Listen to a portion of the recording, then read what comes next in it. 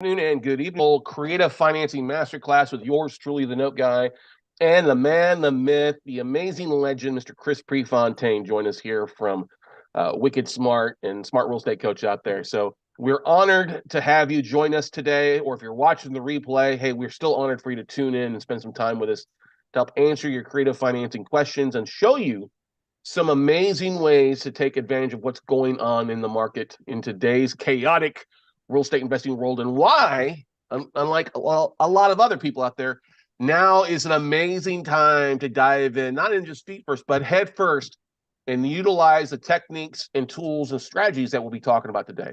If you don't know me, my name is Scott Carson. I'm known across the country as the Note Guy. I've been an active real estate investor for over 20 years. For the last 16, 17 years, primarily in the non-performing note space of buying distressed mortgages and working those out with homeowners or foreclosing and taking the property back. But I am honored, like I said, to have my buddy Chris Pre join us on here because he is the best at what he does in the creative financing space. So, hey, what's going on, Chris? How you doing today, man? Hey, buddy. I am doing awesome. Good to hang out again. Brings back good memories. Yes, sir. Yes, sir. So why don't you share with our audience, maybe you've got it in your slides, stuff like that. Share a little bit of your background and maybe just some high points of why you think today is this market is just prime for the pickings if you know what you're doing.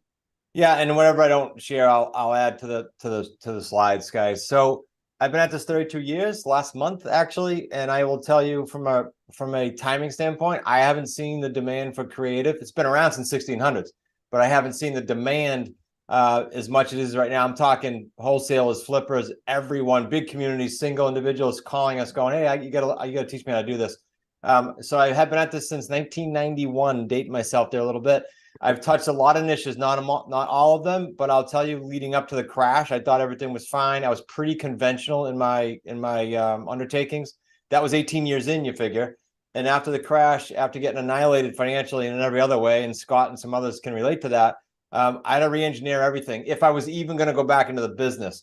I did, and what you're going to see today is what the result of that crash was. You couldn't have convinced me during the crash that it was a good thing, but it was the impetus to everything we do today. So we're going to share that with you as we go. Yeah, it's definitely, you learn more from the crashes and having to pivot about yourself than you do when everything is going hunky-dory and moving up. And I think a lot of folks, I've been fielding these conversations of people are scared because they've been doing business as normal for the last 3 or 4 years. Yeah. And now they got to get creative, especially realtors, mortgage brokers, and stuff like that. They got to get creative to be able to stand out from the crowd of people that aren't getting anything done. So I know you've got some slides just to give everybody a bit of an idea. We are going to be running for probably 2 to 3 hours today. We will take a short little break, roughly on the hour for 5 or 10 minutes, let you get up, do a bio break, grab a cup of water where you need, but come on back. Don't want to miss out on the amazing stuff that Chris and I'll be talking with you today. So, when we get it, when we go ahead and share. Yeah. Let's dive in. I know we got folks that are probably joining us during their lunch break and stuff like that. So let's start the dive. Yep. And just can you see my screen, guys? Yes, sir. Looks good. Okay. So just as a disclosure, guys, I am from New England. So not only did Scott say cram all this stuff in the next few hours, but I also am from New England. So we're going to go quickly. We will take breaks, as Scott said, but Scott and I do well with just interacting live with you guys. So if he feels like there's a point that needs to be hammering home, he's going to stop me, and then we'll do some Q&A. I will tell you that we're going to kind of go into basics, then we're going to dial back out, we're going to dial back in. And so I'm going to try to touch everybody today, all different experience levels. But when we do break for questions, please don't be afraid to ask. It doesn't matter what, because I assume in my brain sometimes that everybody's with me, and sometimes I lose 90% of them by doing that. So just speak up. Is this a get rich quick tomorrow? Nope. Scott and I have been at this long enough to know that's not the case in anything we're going to show you. But I will promise you, I hope it opens your eyes to a much bigger picture in a demand right now that'll cause you to say down the road, geez, I'm super glad I saw that. And I'm super glad I was in front of it because it's pretty major. So those of you that don't know me, I'm going to play a quick video here, give you a little background on the company, Smart Real Estate Coach, and what we're all about. And then we're going to dive right in.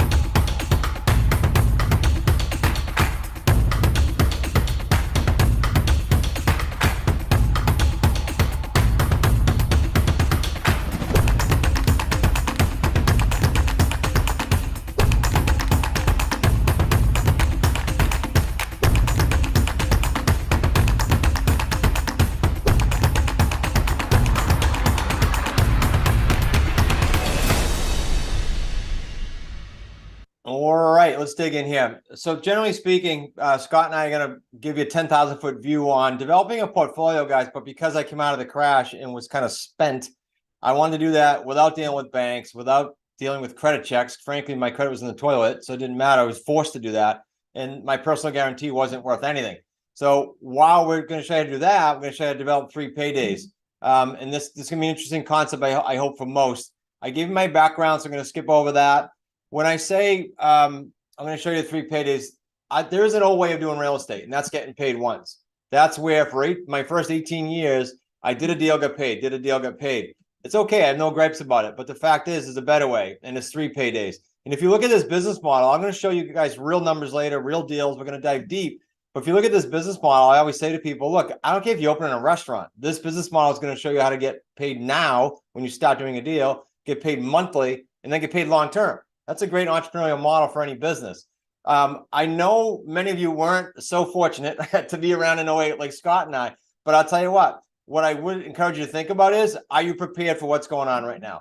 Because there's one constant in real estate that I'm super clear on after 32 years, and that is it constantly changes. I don't care what you do. So instead of saying, well, I got to wait till this happens, or I got to wait for the peak, or I got to wait for the bottom, how about you get really good, which is why we designed this and how we designed this after the crash, get really good at pivoting in all markets and being excited about pivoting in all markets. Then you're in a spot of confidence, and you wake up in the morning and you go to bed at night a little bit more confident with what you're going to attack the next day. And by the way, helping a whole bunch of people.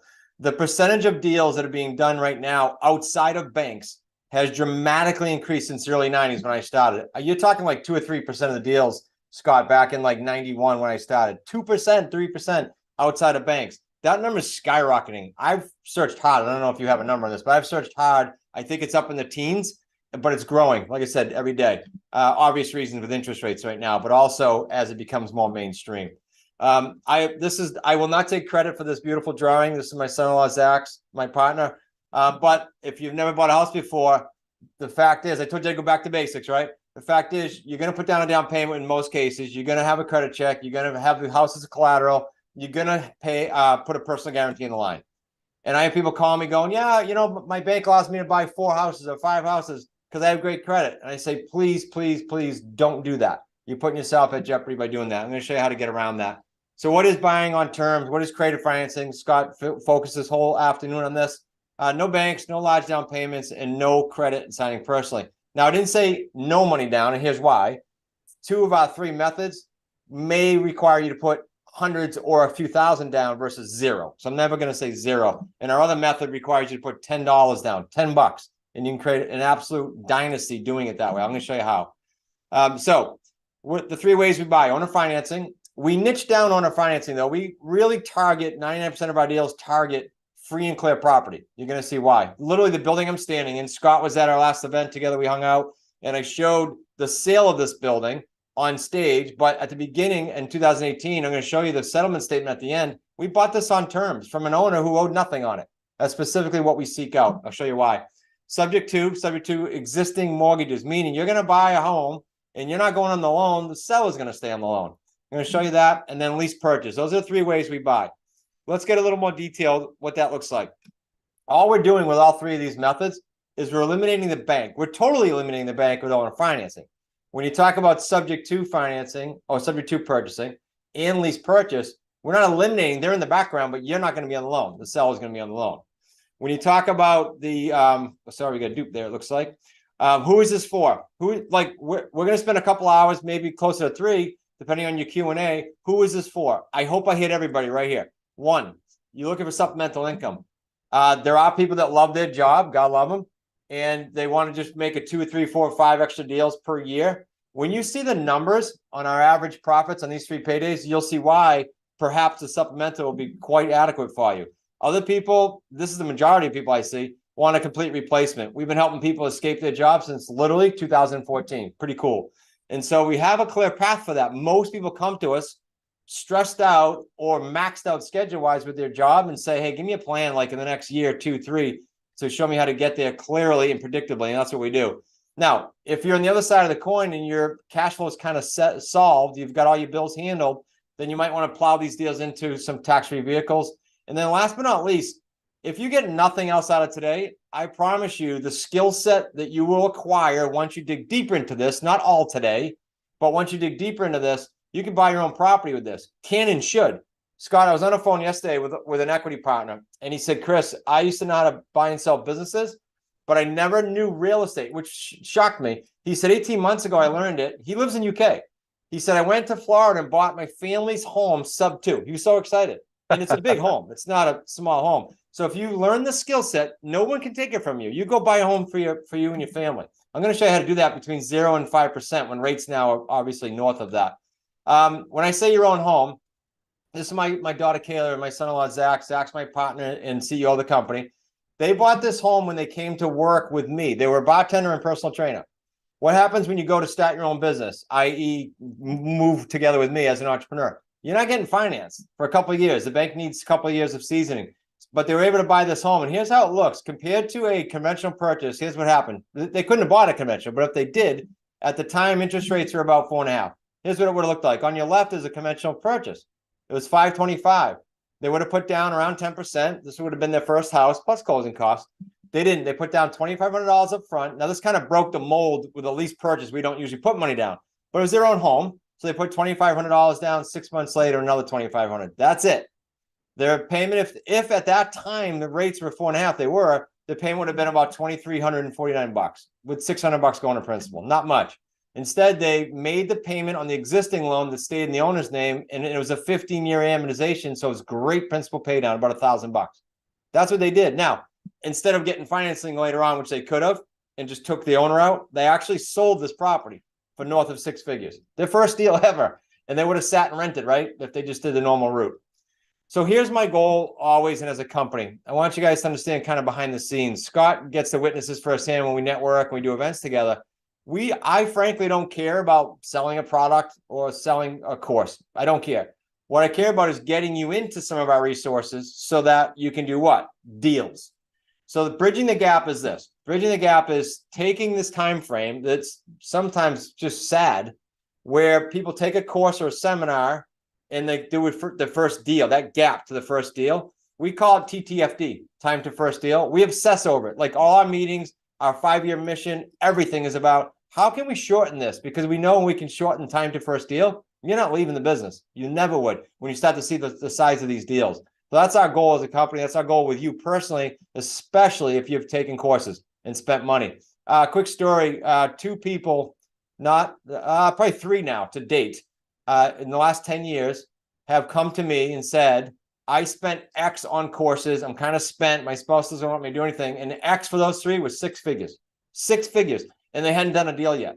They all had phenomenal experiences with us. You're going to meet some of them today because it's only Scott and I sprinkled in videos of some of the students that I normally would bring to a workshop. And I just couldn't get them all here today. Time to first deal. So these are first deals. Just want to flash a couple. This is up in the middle of nowhere, Bangor, Maine. He did this deal. Now, that's a tiny projected profit, by the way. He did this deal on terms, and that's way below average. You're going to see why later. Roger did this deal before COVID and then cashed it out after COVID. That was a challenge, but almost 100 grand. And then this one, I'm showing you a little variety here because this one was done in North Carolina, beautiful home. And I actually have this one. I think we're going to have time today. Last night I ran out of time to show you the real math on this house, how it played out, why it played out. Super, super cool profits. I will never talk to you guys if you've never seen my YouTube videos about anything that we don't do. We are in the trenches. We being my son, my son-in-law, myself, and a great team that supports us in the New England area, buying and selling, just like I'm going to show you here. Some of these are our deals. Then we go out and we do it with students just like you. There's no better way than interactive learning. No better way, because you're going to hit hiccups. You're going to have speed bumps, and we're there on your shoulder to help fix it. I said to someone this morning, Scott, I was coaching the guy in my car. I said, look, there's a really weird deal. And he was thrown off by it. And I said, Sean, he's up in Vermont. I said, until these deals stop becoming boring and similar every time they come forward, I'm in the business because it's always changing. Like I'm learning stuff every week, and I've been at this 32 years. And I think you'd agree, it's always a twist in the road. All right. So owner financing. What is it? I'm going to dial back to basics now, just in case, because I don't want to lose people. The seller's your bank. When I said I bought this building on seller financing, I wrote a check every single month to him, and then sadly he passed away, and I wrote it to his wife. Power becomes yours, not the bank's. When I went through the crash, and I had 23 or 24 projects or properties that I signed personally on. I had Zippo for leverage. They came knocking and I had no choice, and they annihilated me for 4 years, and then probably something longer on some of the other ones. So, and it eliminates all the headaches of traditional investing. I love when I can say to one of our buyers, hey, don't worry about the underwriting. Don't worry about all the fees. Don't worry about all the crap they're going to put you through. We got you covered. It's a joy for people. So all we do, if you think of this, and if you follow Scott, this probably should be repeat, but all we're doing when we're doing a owner financing deal is picture two pieces of paper, two different documents. One is an IOU or a promissory note. That's your promise to pay the seller. I'm going to show you some settlement statements later and how that looks. And then it's secured by a mortgage on the property. That's it. We're not signing personally ever. I think in my career in creative financing in the last like decade, I have been asked by 2 attorneys to sign personally, and the answer was no. Both deals went through still. So we just don't do it. And when you come across the confidently with the right scripts, they're not going to ask you. Those are 2 exceptions. I mentioned what subject to is earlier, but think about this today. This is another cool thing about the timing that Scott brought up at the beginning. What if we can go out today, this week, next month, and buy properties at 2.5% to 5% interest rate? Sometimes 0. I'm going to show you 0 too. But what if you can do that now? How cool would that be to come home and tell your spouse, hey, good news, I got a rate of 2.8%. They think you flipped. You're not seeing that on TV anymore, right? But that's what our students are doing every single week. Yesterday up in Maine, Judy, you met Judy. Scott, she's been to some of your things online. She loves your stuff. She showed me a deal. It's at 3.875. Great deal. These are happening every single week. The mortgage stays in the seller's name, I said earlier. Title transfers. You're going to make payments on their behalf. Who is more likely to do this type of deal opposed to the free and clear person? Someone who needs financial relief like yesterday. We did one down the Cape Cod, is a resort area near us. They were divorced, they were fighting, they were behind 2 months. Okay, they needed a fix. When you're talking on a financing and it's free and clear, do they need a fix? Not really. They're trying to accomplish a goal that the market's not giving them. So 2 different avatars there, totally different. Lease purchase, just so we kind of cover the bases and we'll dive deeper. Lease purchase is the only one that you're not going to transfer title. Title stays in the seller's name.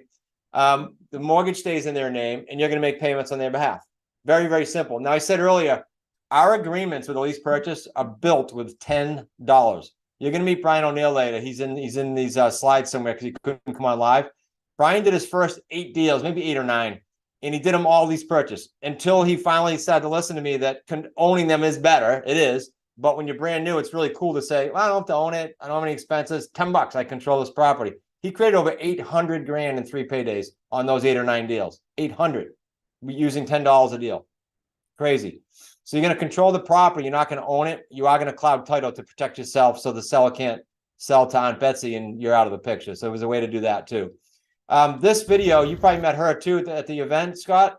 Yesterday, Shana loaded this for me, so I wanted to play it. This girl here, Mallory, this woman, she teaches law at Penn State. And she joined the community and has done 2 really cool deals. So I want you to hear from her. I've now been a part of the Wicked Smart community for almost a year now. And within that year, I have been able to find and contract 2 different properties.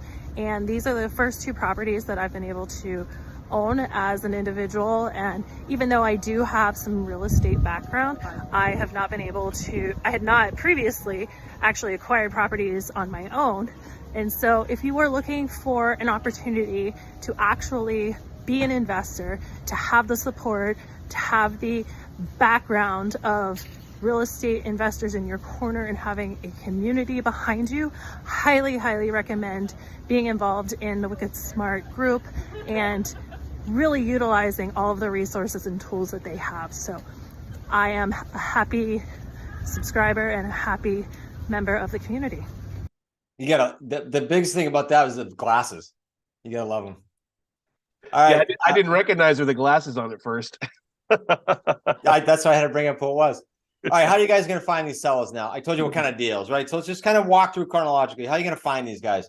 You're going to find them from expired listings. Probably no surprise. These are listings that the realtors couldn't sell. By the way, are expired listings in every market, up, down, or sideways? Yep. Because even if the market's screaming hot, like after the scare of COVID died and things were hot, we were still picking up expired listings. Why?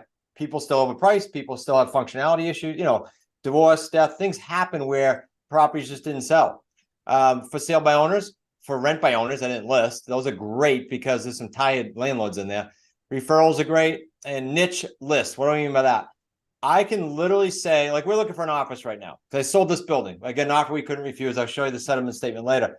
And I said, okay, great. We'll go to a zip code. We'll look for free and clear, and we'll look for certain square feet, and we'll mail them. We'll buy a building, free and clear, owner financing, no bank. It's that predictable.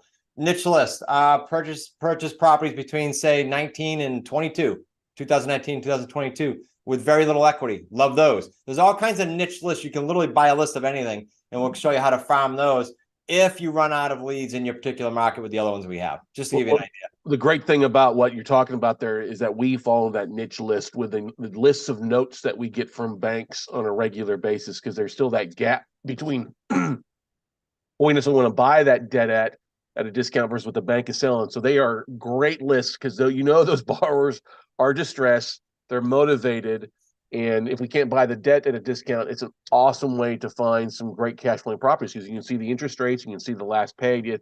Those niche lists, especially in the note space, are prime, and that's why we work so well together, because the two strategies button up so well. It's awesome synergy. The only time I run into the challenge of this is, and I don't know if there's anyone on here today, but if you watch this later and someone comes across, is Canada. Canada just has protection on their data. It's just different. It's doable. We have people doing deals. It's just different. We can pull anything here. Okay, just to give you, again, sources. How do we get them? This was an expired listing. I'm going to break this one down later for you because my son and I did this one. This was a student, Mike. You're going to hear from him later, but that came from for sale by owner, just to give you a mix and different sources in different areas. Let's see who else we got. This is cool. So this is in Massachusetts. We did this deal, and I'm going to break this one down for you later because this is one of the records as far as the 3 paydays. But let me tell you how this happened. This was a realtor from Boston selling her own home.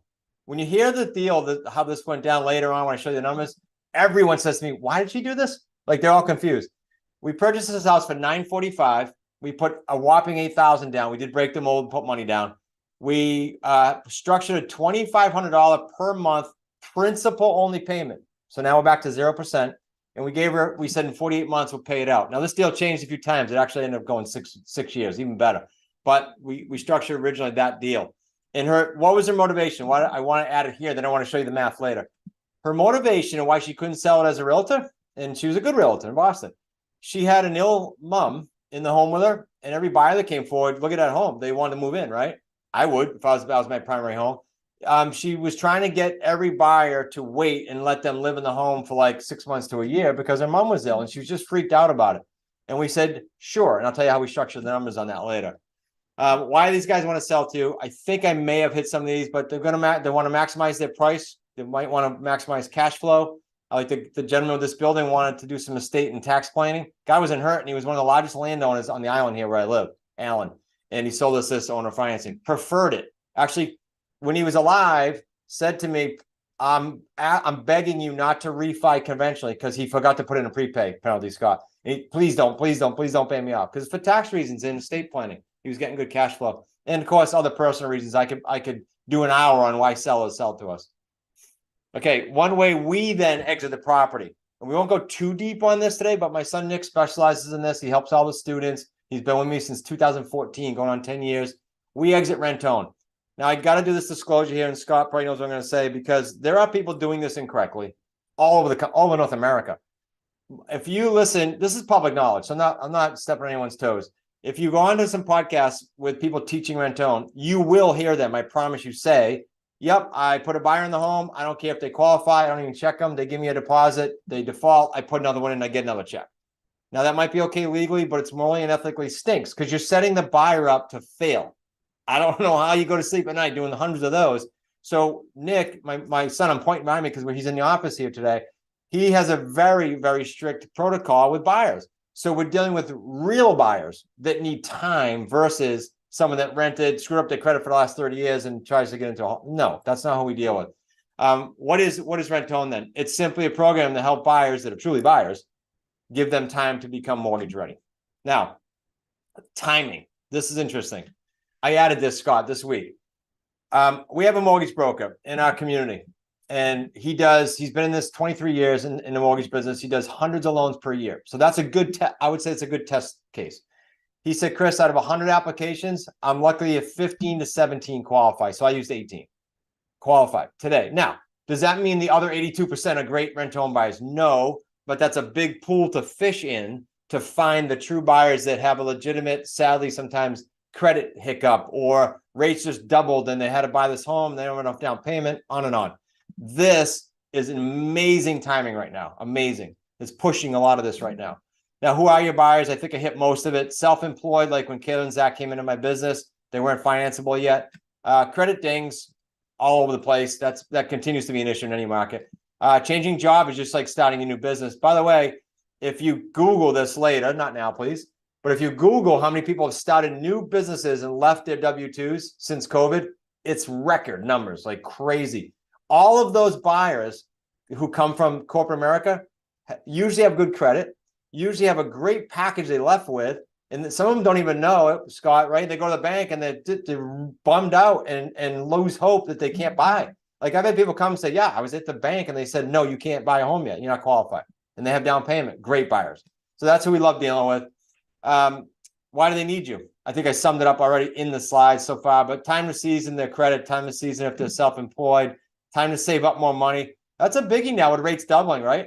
They need time to get if they're going to still afford the same payment. It's so huge going with that because yes, interest rates have doubled at 8%. I mean, I kind of chuckle when I hear that because when I was a mortgage banker back in 2004, 2008, 8% wasn't unheard of. It's just that the property value has gone up quite a bit too, and people that thought they could buy a $500,000 house are now looking at $250,000 houses or not being able to qualify at all because their DTI's too high now versus what it was beforehand too. I said to my wife, Kim, Scott, we bought our first house. I think it was like 88 or 89. It was 10%. It was like the norm then. I remember growing up going 10%. It was easy to figure the mortgage payment out. It was like, and that was the norm. And people think today's high. Here's some more good news in the market, by the way, while we're on this, and then I'll get out of rates. We have an affordability problem right now, right? It's the third time in 50 years, 50, and rates are hovering around the 50-year average. I think 50-year average is like 7.7 or something like that. You might know better than me, but I'm close. And if we already have an affordability problem, can you imagine if and when they creep up? I don't know, but it's not going to get better for them. It's going to get better for you to be able to help them. How do you find these buyers? Online, mostly, guys. Nick will show you how to do this. My son in our courses do it. Local signs are real good unless you're in some remote area. Picture the referral thing. This is generational. So you have a family that lost hope. Maybe it was a credit ding. Maybe it was a death. These things they don't forget. And then you show them a path to home ownership that's affecting generations. And then, of course, they're going to talk about it. You're changing people's lives when you do this. This is why not all niches in real estate are win-win, right? There are some people that kind of go for low ball on property and things like that. But in our niche, it's such a win-win between buyer, seller, and investor. It's like the healthiest environment you can see, in my opinion. And then, of course, you can have your own website. We set that up pretty quickly when, if and when you decide to work with us. You know, one thing that I like about that last slide there is if you find mortgage brokers that are still in business today, still doing it, and it's pretty easy to find a list of them, they've become some of the best referrers for folks that have down payment because they see what they're doing. Like, hey, they can't qualify traditionally, but they've got $50,000 for a down payment. They're motivated to move in a house. They don't necessarily need to get the perfect 3-bedroom, 2-bath, white picket house. Their dreams, they'd rather get in a house versus rent. And so, yeah, there's so many folks that are looking for houses right now, but can't qualify traditionally, like you showed on that pie chart, that just are leveraging relationships. Scott, on that note, with the referrals, like picture, we have realtors that do this too, but picture the mortgage brokers. Do you need 15 of these people refer? No, you need like 1 or 2 good mortgage brokers that go, I got you. I understand what you're doing. They love it. Go have coffee with them. Have me on the speakerphone. That's what I do. We tell them what we do. Boom. You got a referral source like that. That's pretty cool. Yeah. Steps to selling and rent to own, just so you can get the visual of how we do set them up for success. And by the way, I should have given you stats on the default, right? Those other people that I was kind of poo-pooing on, when they try to do rent to own the wrong way, they're cashing out like 5 to maybe 20% cashing out buyers. That's awful. We have a default of somewhere between a low of 2 and a high of 10. 10 would be high. Like during COVID, we didn't hit that. 2 to 10% default. By the way, why didn't we hit that during COVID? Just so you have a comfort level of how cool and how stable this exit is. Because during COVID, did you have tenants messing around with some of the state laws? Yeah, because they could. Did we have, we had 72 of these going into COVID, not the students, just us. We had 4 problems in that 72. Why do we have them? Because they were legitimately beat up by COVID. Why didn't we have other people playing around with the rent games that federally they were okay doing? Because they're looking to buy this, and if they default on their lease, they lose their option to buy. It's like if you owned your home during COVID, you didn't just stop paying unless you had a specific loan mod or something that was going on. But you didn't just go, let's see if we can mess with it. No. So they were serious buyers and they stayed with us. So we're going to find them. We're going to create the terms that fit within the terms of our agreement with our seller.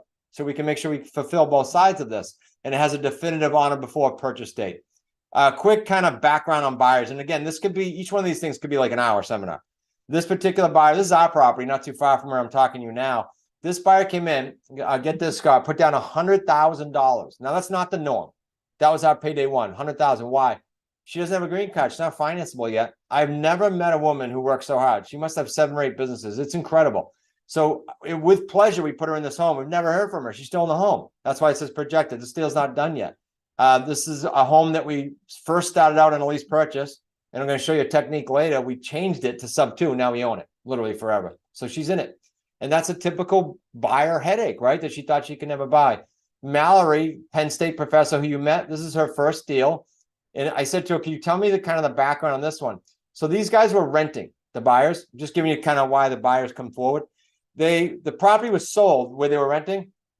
So they had to go buy. It's 60 days. But because of COVID, the credit was beat up and they needed more time. And she put them in this. She did a second deal since then. She only joined us in March. She did a second deal since then. And they started a new business. And again, during COVID, the credit was beat up. This is just all over the place. Now, this is different. You probably met Jose, Scott, when we were together. Jose brought us his own rental property. So for those of you out there that have rental properties, please consider if and when you lose a tenant, whether the house is beat up or not, whether you had good luck or not, doesn't matter. Consider doing a rent to own when you start to learn these numbers. So he put a rent to own buyer in this with my son's help. And by the way, we revenue share with students. We help them do this for free. We give everybody one deal they can do if it's their own property. And that way they learn to the whole process and we don't take 10 cents. So my son helped them do this, 3 paydays, 85 grand. I mean, he was blown away. He would have got a security deposit, which means he has to give it back usually, right? In first month's rent. Totally different. So just some buyer backgrounds. This guy did this. He was divorced and he couldn't afford a home yet credit-wise. And he wanted a place for his daughter for the visitation rights. Like all kinds of reasons why people have to go the rent-to-own route. So you want to make sure. I'm working on a guy right now, on a deal right now. It was an expired listing here in town. He wants to live 6 months in Mexico and 6 months here. And working on getting creative with him on that aspect of things. You never know why somebody's looking to move or sell, but that's why you never say no to it. You ask questions and listen. They'll tell you they're hot buttons, right, Chris? Yeah, absolutely. And some people, like I don't want to speak for you, but I think it's you and I don't like bank. Like I hate banks, guys. I hate them. I just finished a house in Vermont and I just bought a new house here and I don't have a mortgage in either one of them. I just won't do it again since the crash.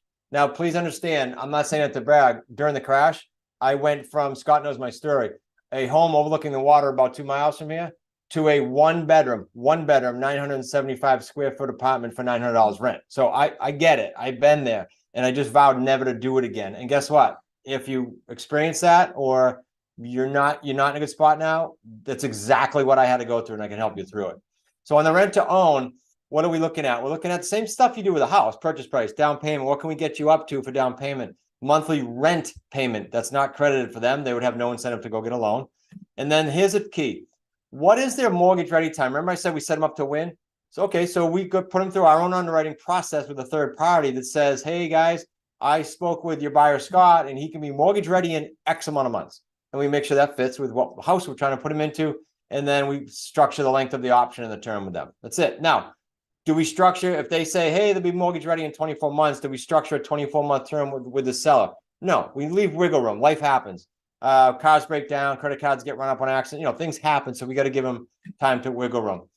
Now, let's get to the fun stuff. This will start to open your eyes, and then we're going to dive into actual real deals.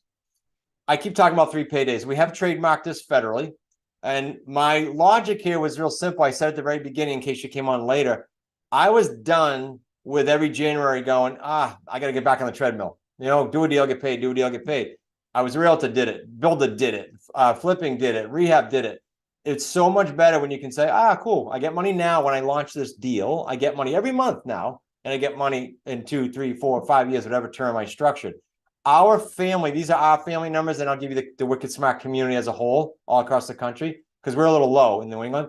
Our payday one is going to be when we get that first deposit. Our payday two is the spread between the debt on the property or the seller and what we're getting from the tenant buyer in the home. And then payday three is the cash out. And what does that consist of? Markup in the property. Also, all of the accumulation of principal pay down. That's the kicker. I'm going to show you how that looks. Here's our averages as a family business, about 75 grand. Community wide, low of 45,000, high of $250,000. Rusty is one of our coaches in California. Every deal he does is like 100 plus. Rick in New Hampshire, you met all these guys, Scott. Rick just left his job after 30 years with the government because he did 5 deals, all over 6 figures. Said, okay, I'm out of here. That 5 times his income.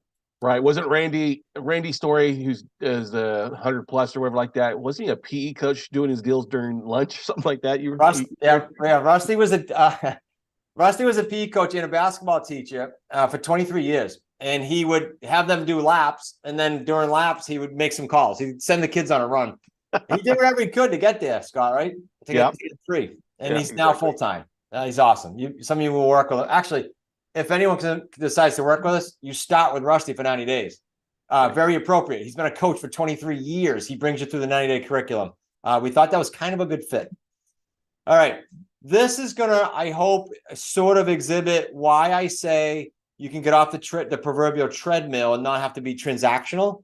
This is a snapshot of 12 months of our own family business, okay? It's about 22 deals. Now, please don't misunderstand. I'm not saying your first 12 months will look like this. I had been in the business for a while. Then Nick and Zach joined me. This is when we were really ramping it. So about 22 deals. But what I wanted to show you is we created brand new payday ones of almost 600 grand, brand new spreads, which is a game changer for people's budgets personally, of $6,500. Now, Scott probably know quicker than me, but in today's rates, you got to put X amount in the bank. I don't know how many million to spit out passively $6,500 a month.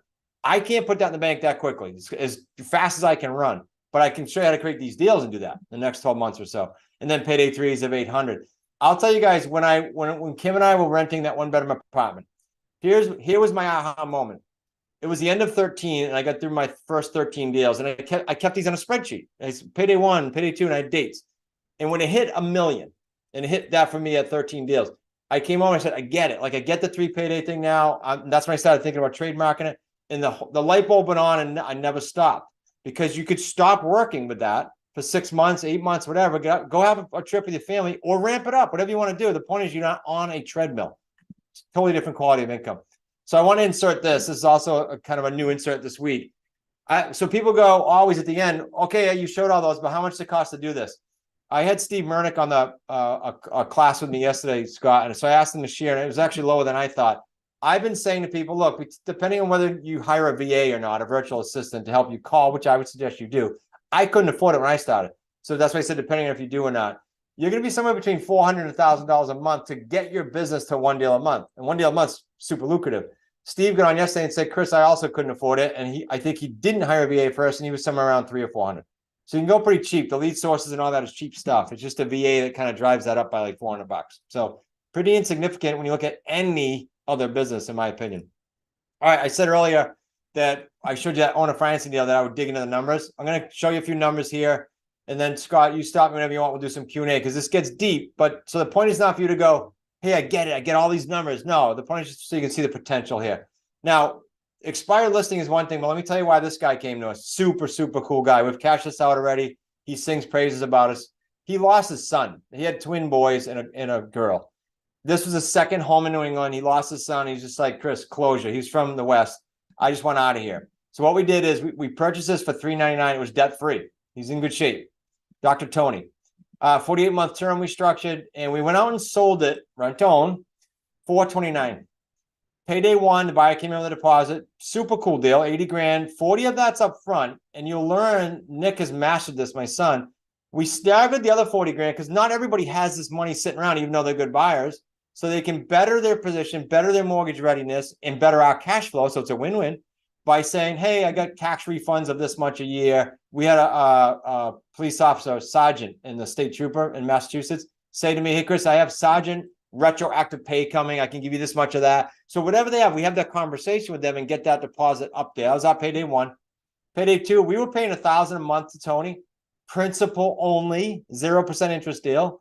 And our payment from this buyer was $1,700. Nice cash flow. Now, what's not in their disclosures, of course, we had insurance because we own this. So whatever that was, 100, 125. Nice payday 2. Payday 3, and this did go almost right to term, by the way. These are almost exact. Markup on the house, principal pay down. See the magic of principal pay down? This is cool with owner financing. And you can buy list after list. It's about a third of the properties in the United States are free and clear. That's cool news for you. And then, of course, just like you were buying a house today and you didn't have any term involved, if you put that 80 grand down, it's going to show up as a credit on your settlement statement. Same way here. Payday 2 was actually a negative because we got so much up front. Is it good to get paid earlier than later? Sure. Not all deals go that way. You'll see some other deals that went back the other way. We had a garage here. So if you look at this picture, you'd be sitting in the garage. And above it was a tenant that Dr. Tony had. It was his friend. And he said, can you keep him? I said, sure. He was paying like, I don't know, it was like $700. So we gave the tenant buyer, this is very typical, incentive. We said, look, when you get your deposit to like, I think it was like 50 or 60 grand, not the whole thing, and you didn't miss any payments, we'll turn that payment over to you. In the meantime, we're going to collect it. So he had some really good incentive. He had a good carrot in front of him to do that. He did. He started collecting that, and then he used that to qualify better for the house, and he's since cashed this out. Payday's a little over 100 grand. Here's a metric for you guys. This is cool if you like numbers. When you do an owner financing deal, it's free and clear. If you can accomplish these 3 or 4 things, you get a 100K deal. 48-month term or more. More is better. A payment of $900 or $1,000 or higher, and a purchase price of 200 grand or higher. That's most of your markets. You can find that deal. You can literally target that deal. You'll have 6 figures all 3 paydays. So again, not up front. You can see how that's spread out monthly, down the road, up front. A lot of people can do that kind of deal, especially if you have a JOB and you can take some time and just take off for a while because it's a nice cash flow. Nick and I did this deal. I said I'd show you the numbers. I showed it earlier because the source wasn't expired. This was a gentleman that his dad passed away. So he had like, I don't know, 4 or 5 properties in an estate. We went and met him and his brothers and sisters. Pretty typical of an estate. He said, nah, like he wanted it, but all the other siblings wanted their cash. Typical. I don't blame him. They want closure and they want the cash. He called me at the end of it and said, hey, Chris, I'm relocating. Don't know if you remember me. His name was Don. He said, I'm out of here. I'm going to South Carolina. Can you do that on a financing thing? I'm leaving Monday. This is like a Wednesday or Thursday. So Nick and I went. Here's what we structured, literally on that porch. 183.9. How do we come to the price? This stuff isn't brain science. He said to me, I said to him, how much did you think you were going to net with the realtors on for like, I don't know, 220 or 230? He said, I thought about it. Clearly, he had his number. He said 183.9. I said, okay, that's what we'll pay you. So we're basically paying you full price that you thought you were going to get, but you didn't get it. It expired and you're leaving. We structured a 48-month deal on that as well. 239, we went out to the market. Now, this is an older deal. Nick would not take this payment now, but we did take a deposit of only 15 grand and none over time. Again, in hindsight, we wouldn't do that again, but you're not going to feel bad for me when you see what the end numbers are in this. Payday 2, we did a $923 a month principal only. We had some insurance in there as well. And then we had a spread of $480. This deal ended up getting extended too. So this deal is actually a little higher than I'm going to show you. This already cashed out. Payday 3 markup. That's just between the 183.9 and the 239. Principal pay down. Look at that. It's magical when you have the principal pay down feature. And then we gave them credit, of course, at the closing for their deposit. By the way, they still have to do what you do for any other loan. They have to source that. It can't be a gift from grandma unless they get that a gift letter approved and all that. So it has to be the same as you're getting a loan. It just happens 2, 3, 4 years down the road. And then payday 3 was a nice 85 grand. All 3 paydays actually came out on the HUD of about 130 something, but that was what originally was projected. Pretty cool deal. And these aren't these are very typical. They're not abnormal deals, especially in the owner financing world. Well, and with the source of that coming from, we only will be seeing more of those homes that have been free and clear where people are passing away and they've got it in their estate, and then the siblings, the kids, family are left with a property they don't necessarily want to own, but they need to cash out and turn to cash for you. And that's, a great lead source for a lot of folks. Scott, I don't know if you know the stats on a podcast. I don't know the number here, but it's high, sadly, of the people, the death rate. I mean, that's not going to stop. A guy said to me on a podcast, well, Chris, I don't care what the market does. People aren't going to stop having having death, right? So the rate's high. If anyone, you can Google it, but if you see that, you'd be like, okay, these people need help. Okay, you're not taking advantage. They need help. You're a guide. This was Rusty's deal. Rusty's the one that was a gym teacher. I just put it in a different format because we could keep going to the same type of paydays. This deal was very, very heavy up front. Again, nothing, no spread at all in payday 2. In payday 3, he actually had a bank out of that 200. He had to put aside. We helped him figure out how he's going to know how much, but he put aside 60 or 70 grand. So when you get to the cash, get to the end, you're not short. Good problem to have. If you're a smart money manager, put that to work before the end of it. Okay, I want to give you this video. You probably met him, Scott. Again, brand new this week. This is Kyle. He's the fireman from California, Bay Area. Since meeting you, did his first owner financing deal. I don't have the numbers here, but it's also strong up in the 6 figures. Hi, this is Kyle. I just wanted to give a little testimonial here and what my experience has been since being with the Wicked Smart community here, and what a great experience it's been. You know, coming into real estate with very little to no experience. You know, I come from the fire service. I was a firefighter, been a firefighter for over 30 years, and looking to make a transition into real estate. Did some long-term rentals, things like that, but I want to take it to the next level. So I found this community, especially as interest rates hit up and things were changing, and creative financing seemed like the only option. I joined this group, but it's way more than I thought it was going to be. You know, once I get in, you know, and like they say, drinking from a fire hose. I mean, so much knowledge that they give you. It's great. I mean, and two, it's not just knowledge of how to do deals, but set up your business and the mindset behind it, you know, and to the struggles. I mean, like they say, it's not easy. You know, you got to stay with it every day, but the coaches are there, you know, and the effort that you put in, they match you effort for effort, you know, and it's been great. There's no way I could have done it without them and get to this point. And, you know, I plan on being with this community for a long time, you know, just because of what they give back and the knowledge and the experience. And the other part is the friendships, you know. They become my friends. The people in the Zoom meeting every week, they become my friends, and you know, and who you surround yourself with is who you become. So I love being with a great group and a great group of people. And, you know, I can't say enough about Chris Prefontaine and the group, man. They're awesome. So thank you. Have a great day. You know, it's funny, Scott, you met some of these guys, but like Rusty and Kyle's kind of in the middle, but they'll be on a Zoom and I'll go, hey, how much is your 3 paydays? Like 100. Like they have no excitement because it's become the norm in the community. This was the deal I showed you at the Cape. I want to show you the math. And again, because the paydays are the same, I'm not going to belabor it, guys, but I want to show you how strong this is. I already gave you the background of how and why she did it.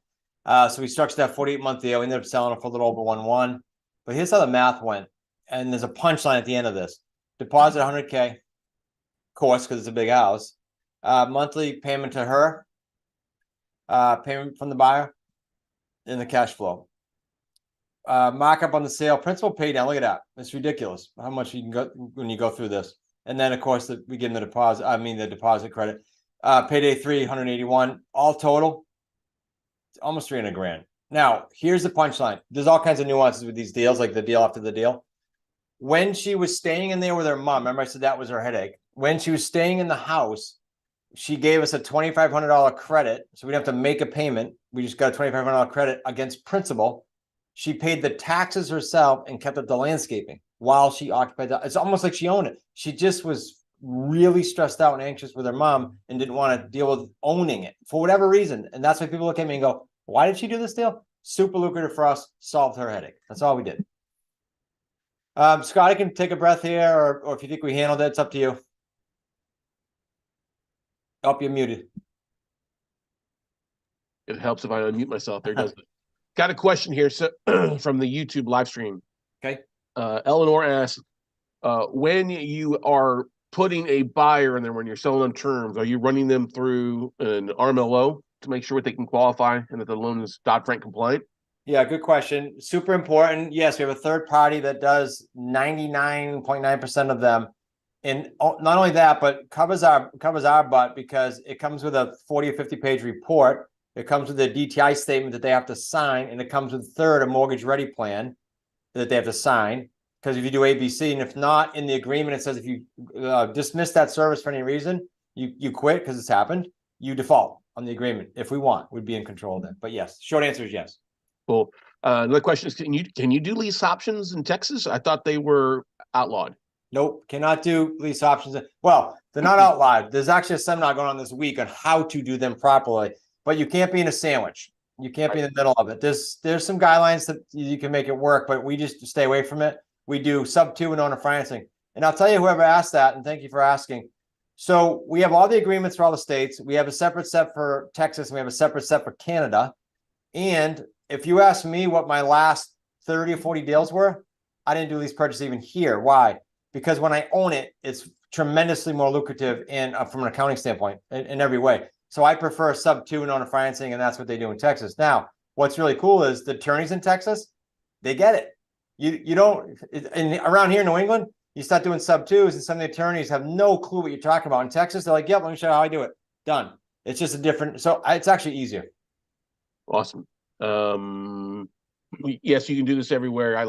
I live in California. Somebody's saying here, I live in California. Can I do this? Yeah, there was a couple examples of Rusty's lives down like in San Diego, San Marcos area there. Yeah, you can do this all across the country.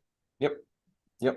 If you do it, I'll give you one caveat. Like things like this pop up, but they're easy to get around in a legal way. So in Florida, if you're dialing, you can dial and you can do property like that. If you start to hire an acquisitionist or what we call a seller specialist and they're dialing, yeah, someone has to hang the license there. So there's little nuances like that, but don't get caught up in it. Just figure out where you are, how you can do business there, and we'll help you do it. Are realtors good referral sources, or do they screw things up? I love how that was phrased. I didn't say it, you did. Okay, I was a realtor for, 16 or 18 years. So I understand both sides of this, so I'm not poo-pooing on them. But a large majority of them, ego-wise, will mess it up. However, I'm going to show you a deal coming up that this guy Dale in Connecticut, he refers anywhere from 1 or 2 to 6 a year. And that's super lucrative because he doesn't want to learn how to do it, but he gets it. And then we refer him anything conventional we want to spin out of. Good ones, the answer is good ones that do a lot of volume. You sit down with them, you explain it, they get it. The other ones, if they don't, you move on. We did a video for our students. You could use it. That's a relative video. They go watch it, so you don't have to explain it, and it tells them how to work with us. And you get that video as being part of us. What about the due on sale clause is another question. Yeah, you knew that was coming up. Okay, guys. So disclosure, I'm not an attorney, right? Let me just tell you how our attorney suggests we do it. And then this attorney I'm about to share with you does this in 32 states for our students. So you're welcome to use them. There's no proprietary thing there. So what we do, and this is not advice, this is what we do based on his advice, is first of all, the due on sale clause would be if you don't pay it, in my opinion. I've never had one. I've been at this 32 years in September and never had a no call.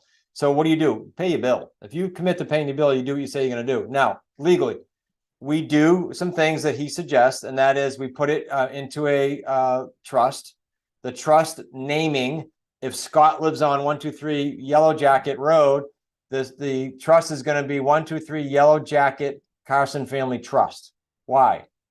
It's just another level of anonymity and another level of protection. In 82-ish, I think it was, the Garman-St. Germain Act was passed so that families could do estate planning and transfer property without triggering due on sale. And I'm being very basic because I'm not an attorney.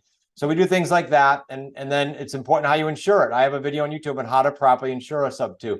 And again, we've never had a problem with it. Just get an attorney that does them. Let me give you a quick story. Scott, you love this. I don't think I told it at the event. I had Morris go to Israel. He's one of our students. And he's like, oh, Chris, I got this deal. I'm all nervous. I'm leaving. I said, don't worry about it. Go to Israel. Have a good trip. This is before all the turmoil. I said, I'll find you an attorney. I was so frustrated. I went through 4 attorneys in New Jersey that told me you can't do that. They all say it, but if they don't handle it. So then I finally get this attorney that we have for 32 states and that's how I found him originally back then. And he said, yeah, I'll get it done. 6 days later, closed, done, everybody was happy. It's crazy. So you just got to get the right attorney that does it. It's like going to a divorce attorney to start a new business. Just don't do that. Go to the attorney that closes up to. That was a long answer. Good question. Yeah, and being in the note space, I agree. Never had one call due unless the mortgage payment didn't get paid, and it required the bank to start searching around. What's going on with this? Why didn't we get paid? If you keep getting paid, that's all the bank cares is that they're getting paid on a regular basis. They don't care who's paying it as long as they're getting paid. I agree, Scott. And by the way, with a good attorney, I won't go too deep here. Could you pivot and work with that situation if they did come to, yes, just get a good attorney and we'll get you one. Okay. Want me to keep cranking? Yeah, got one more question here. Josh asks, the process you go through to screen potential tenants. Do you have your own systems or paperwork, or do you have the tenants use like Zillow or another online site to help with screening? Yeah, we definitely don't use the basic sites for screen. We have a third-party screener. You're welcome to use them. They're on our resource site. And then I'm going to show you our resource center coming up here. I'm going to give you a bunch of free stuff from Scott and I, but if you want to go a little bit deeper, there's an online platform. And one of the mods, I don't know, it's going to be worth like 20 grand in agreements if I ever tallied it, but it's all our checklists, all our agreements, all our forms. And yes, part of that is your buyer meeting, your buyer forms, your pre-screen, everything. Everything's in there for you. You're going to love it, Josh. All right. Yeah, no, good question, Josh. Okay, so I didn't know this was next. So this is the realtor actually that referred us this one. His name is Dale. We still work with him, I think 4 or 5 years, maybe more. This house is a lease purchase. Now, let me just for sort of vernacular. When you do a lease purchase, the way we teach it, we don't talk purchase price. What we talk is how much debt is there, and if there's any equity. That's the piece we're promising. Because the debt, once it reduces, that's going to be our benefit. We just want to know, hey, what did you think you were going to net on this property? Well, I thought I was going to net 30 grand. Forget the mortgage for a second. Okay, that's what we're going to protect, Mr. and Mrs. Seller. And here's how it works. This house had a combination of debt and equity of 283. We structured a 3-year lease here. Now, this is another sort of legal/moral ethical issue here. You're going to see shorter terms on the lease purchase, because if it's their primary residence, then you don't want to, unless you have the discussion with them, trigger them losing their exclusion for their primary residence and get taxed. So they can't be out of that house more than 2 out of 5 years. That means, summary, it just means you got to get this done in 3 years. So that's why we structured that. And again, don't get caught up in the how, why, and when with that. I'm just telling you that we do things that treat sellers the right way, and we'll teach you how to do that. We sold it for $329. Deposit from the buyer, 24 grand. Now, unlike owner financing, this 1818 has the principal component, right? So you're going to see that in a minute, but that's a mortgage payment, and we do not pay the seller. I say to the seller, if they bring that up, and most of them don't now, but if they bring it up, I say, look, I'm not paying you directly and worrying at night if you sent the payment in. I got a buyer in the house. I can't jeopardize their purchase here. That's a problem for me legally. So I pay the bank directly. I get a payment from the buyer of $23.45. Nice little spread there. You probably noticed from my numbers back a few slides ago, we average around 300, but you can get spreads up to $1,000 a month per house per month. Pretty cool. Payday 3, markup on the property. Principal pay down out of the 1818 that we were paying was about 15, 16 grand. Keep in mind, guys, to make these slides, like as everybody knows, I hope when you have an amortization, ever so slightly, your principal payment's going up every month. We just freeze it the day we get the deal and figure it out. So all our numbers are typically lower than the actual profits come out. Deposit from the buyer, payday 3 was 38 grand. So all 3 paydays, 81. So you'd say as a realtor, why would he send you this? Why wouldn't he just learn it? Some realtors, if they're doing, say, 50, 100 homes a year, that's their lane, and they don't want to get distracted. And I don't blame them. I've done both. However, if I knew how to do this when I was a realtor, because I got my business to 100 homes a year back in the 90s before selling to Coldwell Banker in 2000. If I knew this, I wouldn't have felt like every January I was on a treadmill. And I would have been seen as sort of the expert, Scott, like the authority, because I go into a home, look at a seller, instead of just being there for commission, I could honestly say, well, let me look at your whole situation. Maybe I'll buy the house, or maybe I'll sell it. Let's see what's best for you, and just lay everything out. That's cool. If you're a realtor, you would be the expert, and you'll get referrals galore. I just didn't know how to do it back then. I had to show this. So this wasn't in last week, and I found it. This was my first sandwich deal ever. Scott, I may have talked about this at the event. You did a little bit, yeah. It started as a sandwich. I own this home to this day. Did that in the summer of 13. So I hope that teases a little bit about, you can keep these things if you want. You don't have to spin out of them. It wasn't expired. She was going through a divorce. She was going to Florida. I set up a deal where it was what she owed on it at the time. 36 months at the time. 219, I sold it. I'll tell you what happened to this couple and why I still own it and why I love still owning it in a couple seconds here. We got 9 grand. Again, this is way back when I first started, so I wouldn't have done that low of a deposit anymore. Monthly payment to the bank was 14 and change. I think it was actually 14.29. Payment from the buyer, 11. That's payment to the seller. That's reverse. Sorry, that's a mistake, guys. 11.26 is the mortgage. Payment to the seller is 14.50. Maybe that's why the slide wasn't in here. They don't let me use it. Monthly cash flow, payday 3. If I spun out of it, okay, I didn't, would have been 30 grand. Not bad for my first sandwich deal, and 50 grand profit. And by the way, for those of you in Texas, remember, sub 2 or on financing, same numbers. They're actually going to be better because you have principal pay down. Now, since then, this couple was engaged. They separated. The buyer, Drew, called me. He's still there and said, look, I just want to stay. I'll keep the house up. I'm going to try to cash out with my dad. I said, okay. Years have gone by. He started new businesses. He's still there. He knows he lost his option. He rents. His rent's up to about $1,800 a month. I continue to maintain the house for him like a traditional landlord would. The debt on this property still is in the past seller's name for the last 10 years, and my balance on it's like 108 grand. And the house then was worth two something. The house is worth about 420 grand now. So not a bad first deal, a little 2-bedroom ranch.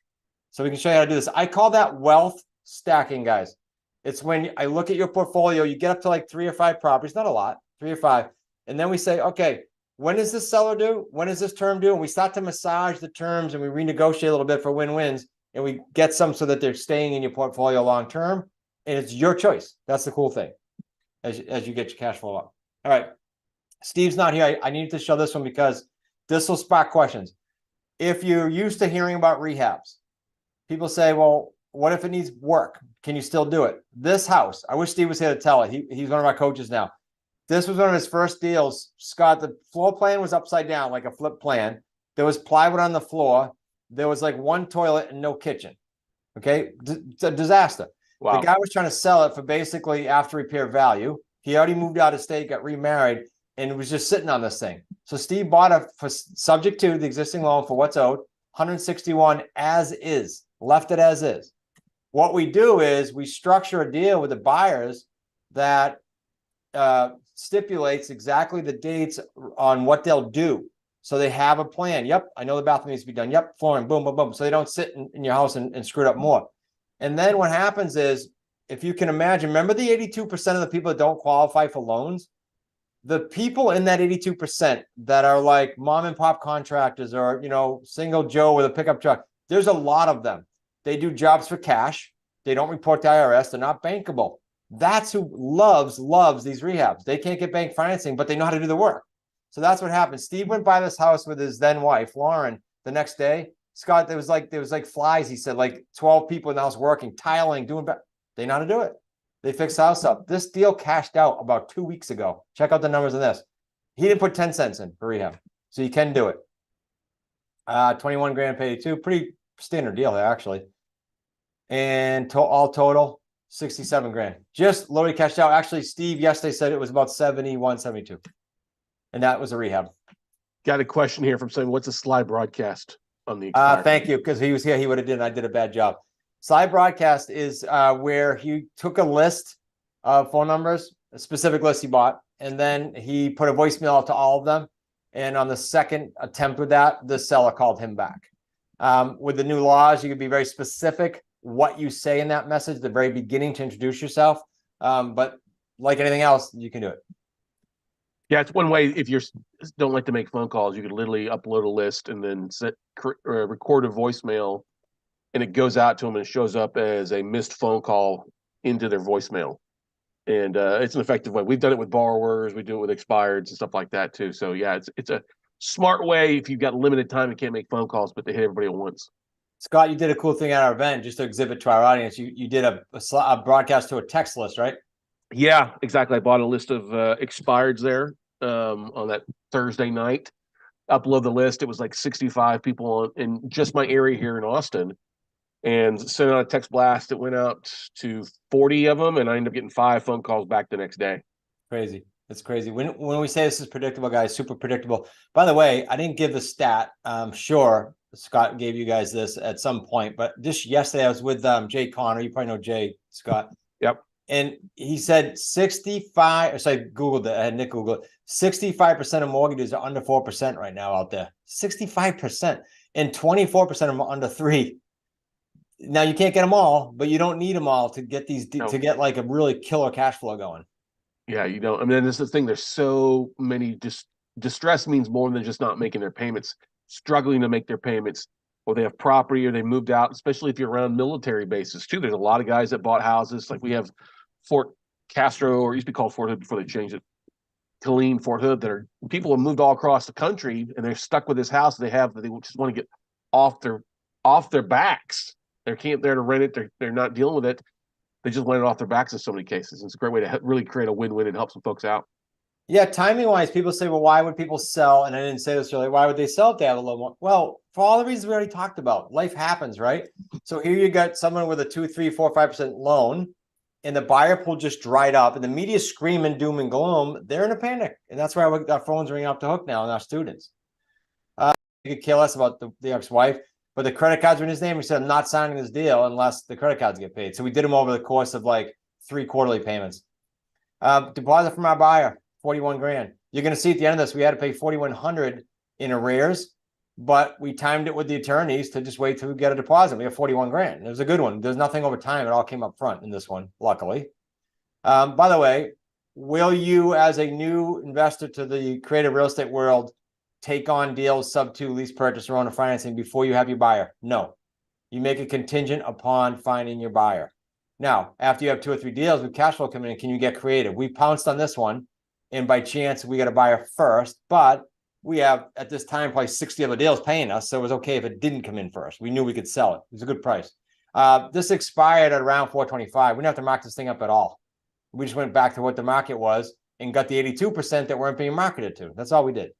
Nice spread there, 400 something bucks. Payday 3, markup on the sale, principal pay down. We didn't calculate that out, but $569 a month minus the deposit.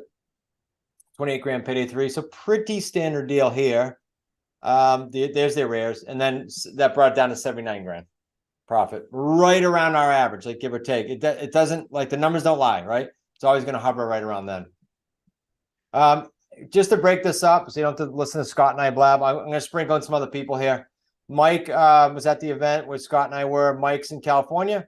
Mike's background, real quick, he doesn't say it in the quick video I'm going to show you. Mike was in the produce business, and I met Mike in 17. I never forget. I keep using a story at events. He said to me on the phone, we hadn't met. He said, I'm looking for franchises. I'm looking for businesses. I got to get out of my job. I work 12 hours a day. I got a baby coming. Why is your program and your coaching so cheap? So I said, thank you. I'm going to use you for a commercial for the rest of your life. All right. So his 3 paydays, pretty close, actually higher than ours, 82 grand out in Northern California. He's in Fresno, whereas Rusty's closer to the higher end market, the LA market. This is a quick video by Mike. Hey guys, Mike McCready's here from lovely San Diego on vacation with my family, and this is what I actually was dreaming for. My time, right? My terms, be able to do things when I wanted to, and I wasn't able to do that when I had the JOB, right? I was in a demanding sales position for over 10 plus years, and I wanted out, wanted a way of life that I could control. And I was on a search to find that, and I ran into Smart Real Estate Coach Chris, Zach, and the rest of the team there, and joined the High Six membership, and was able to, in a short 2-year span, build $500,000 and go on to be on my own, right? A business owner and a certified coach now, you know, and so many different things that so many doors that have opened up along the way that have gotten me to where I am today. And I can't thank Smart Real Estate Coach enough for the guidance and the peace of mind, right? Because they're the ones who've lived it, they're the ones who've done it before, and all I was doing was just emulating their actions, right? They had the roadmap, and they guided me throughout the way. So can't thank you enough, Smart Real Estate Coach. Thank you for all you've done for me, Chris, Zach, Nick, the rest of the team. Look forward to seeing you all at the event. All right, thank you. Quick story about the JOB. If you have a JOB and you're watching this, Mike said in February of 17, I was actually at someone else's seminar learning more stuff, and we had a phone call, and he said, can you fly out to see me? I said, yeah. I jumped on a plane, and I think it was March after he joined, and we did some deals together out there to kick him off because his produce business engulfs him, like when the summer hits, and he had to get started. But he said to me, I want to be out of my job in 24 months. We mapped it all out. This is what we do. We almost nailed it. He got out by like the fall 19 May or June-ish. So it was like 27, 26 months. And then he became a coach. So that's very typical roadmap. If you like the idea of that, a lot of these guys that start doing deals go, hey, I want to help other people. I want to give back. And they stay in the community, which is really cool. That's why it becomes such a cool family. This one of Mike's deals, lease purchase. My screen's covering it, but I think it was a lease purchase. So again, I'm not going to belabor the 3 payday thing. I want to kind of walk you through the basics. This came from his virtual assistant. I said earlier, if you hire a VA, when Scott and I were talking earlier, I would suggest you do if you can afford it. And they do all the upfront calls. So then Mike just picks up the phone with the low-hanging fruit when someone says, yeah, I'm somewhat interested, have someone call me. He bought that for, remember, with a sandwich lease, you don't buy for purchase price, you buy it for the balance in the loan plus any cash you promise them. He did a 24-month deal on this. I don't advise that. I actually never did. I definitely don't in this market. I'm advising 3, and if you do an owner financing, 10, and sub 2, there is no end date. That way you don't care what happens to the market. You don't stay up worrying about that at night. I want to make it as stress-free as possible. Here's Mike's numbers. This also cashed out. Nice little spread there.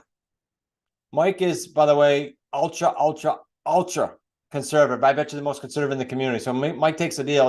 It's a good deal. He vets both buyer and seller crazy. Markup on the house, principal pay down. Principal pay down that, really cool.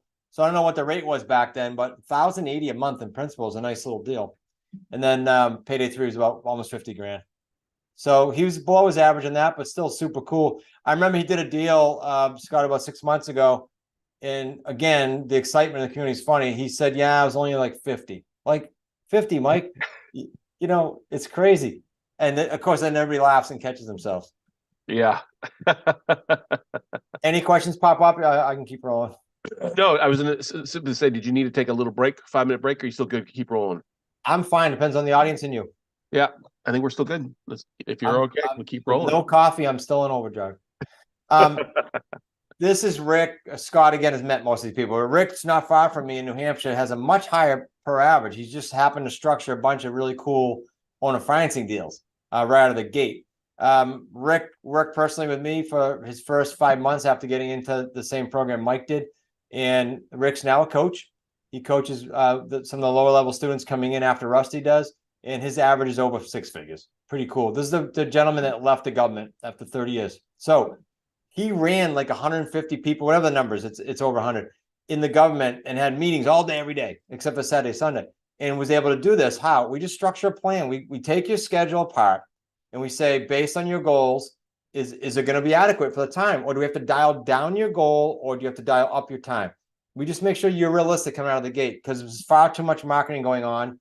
And I know Scott and I have talked about this on shows where you're being marketed to with all these promises, and it's a bunch of hogwash. It's not get rich quick overnight. It's let's manage your expectations properly. So in 6 months, you don't blame yourself for not doing a million deals. Our time to first deal, counting everyone, the sprinters who do a deal in 30 days, the people take 15 months. Our average TTFD, time to first deal, is like between 150 and 180 always. And we obsess over improving, as I said, but just count on that. So when you come in, you're not beating yourself up. That's okay. We all come to the table to learn the same skill sets. That's the easy part. It's all the mindset stuff and all the baggage we bring. I had plenty of it after the crash. I get it. And we'll help you through that stuff. It's not just about real estate. I wish it were that easy. Again, just in summary form here, so we don't get too deep. I got a call from Rick this morning, actually, driving back to here from Massachusetts. And he said, hey, my buyer in this house just separated from her husband, and she is the breadwinner and she wants to buy this. I said, well, when's her expiration date? It's this deal. The expiration date was next August, and she wants to cash out in the next 3 months. I said, okay, good deal. The only bummer is you don't get the principal pay down, but you always have to look out for, you have to celebrate a win. The woman's going to cash it out. She turned her life around. Good for her. That's how we do it.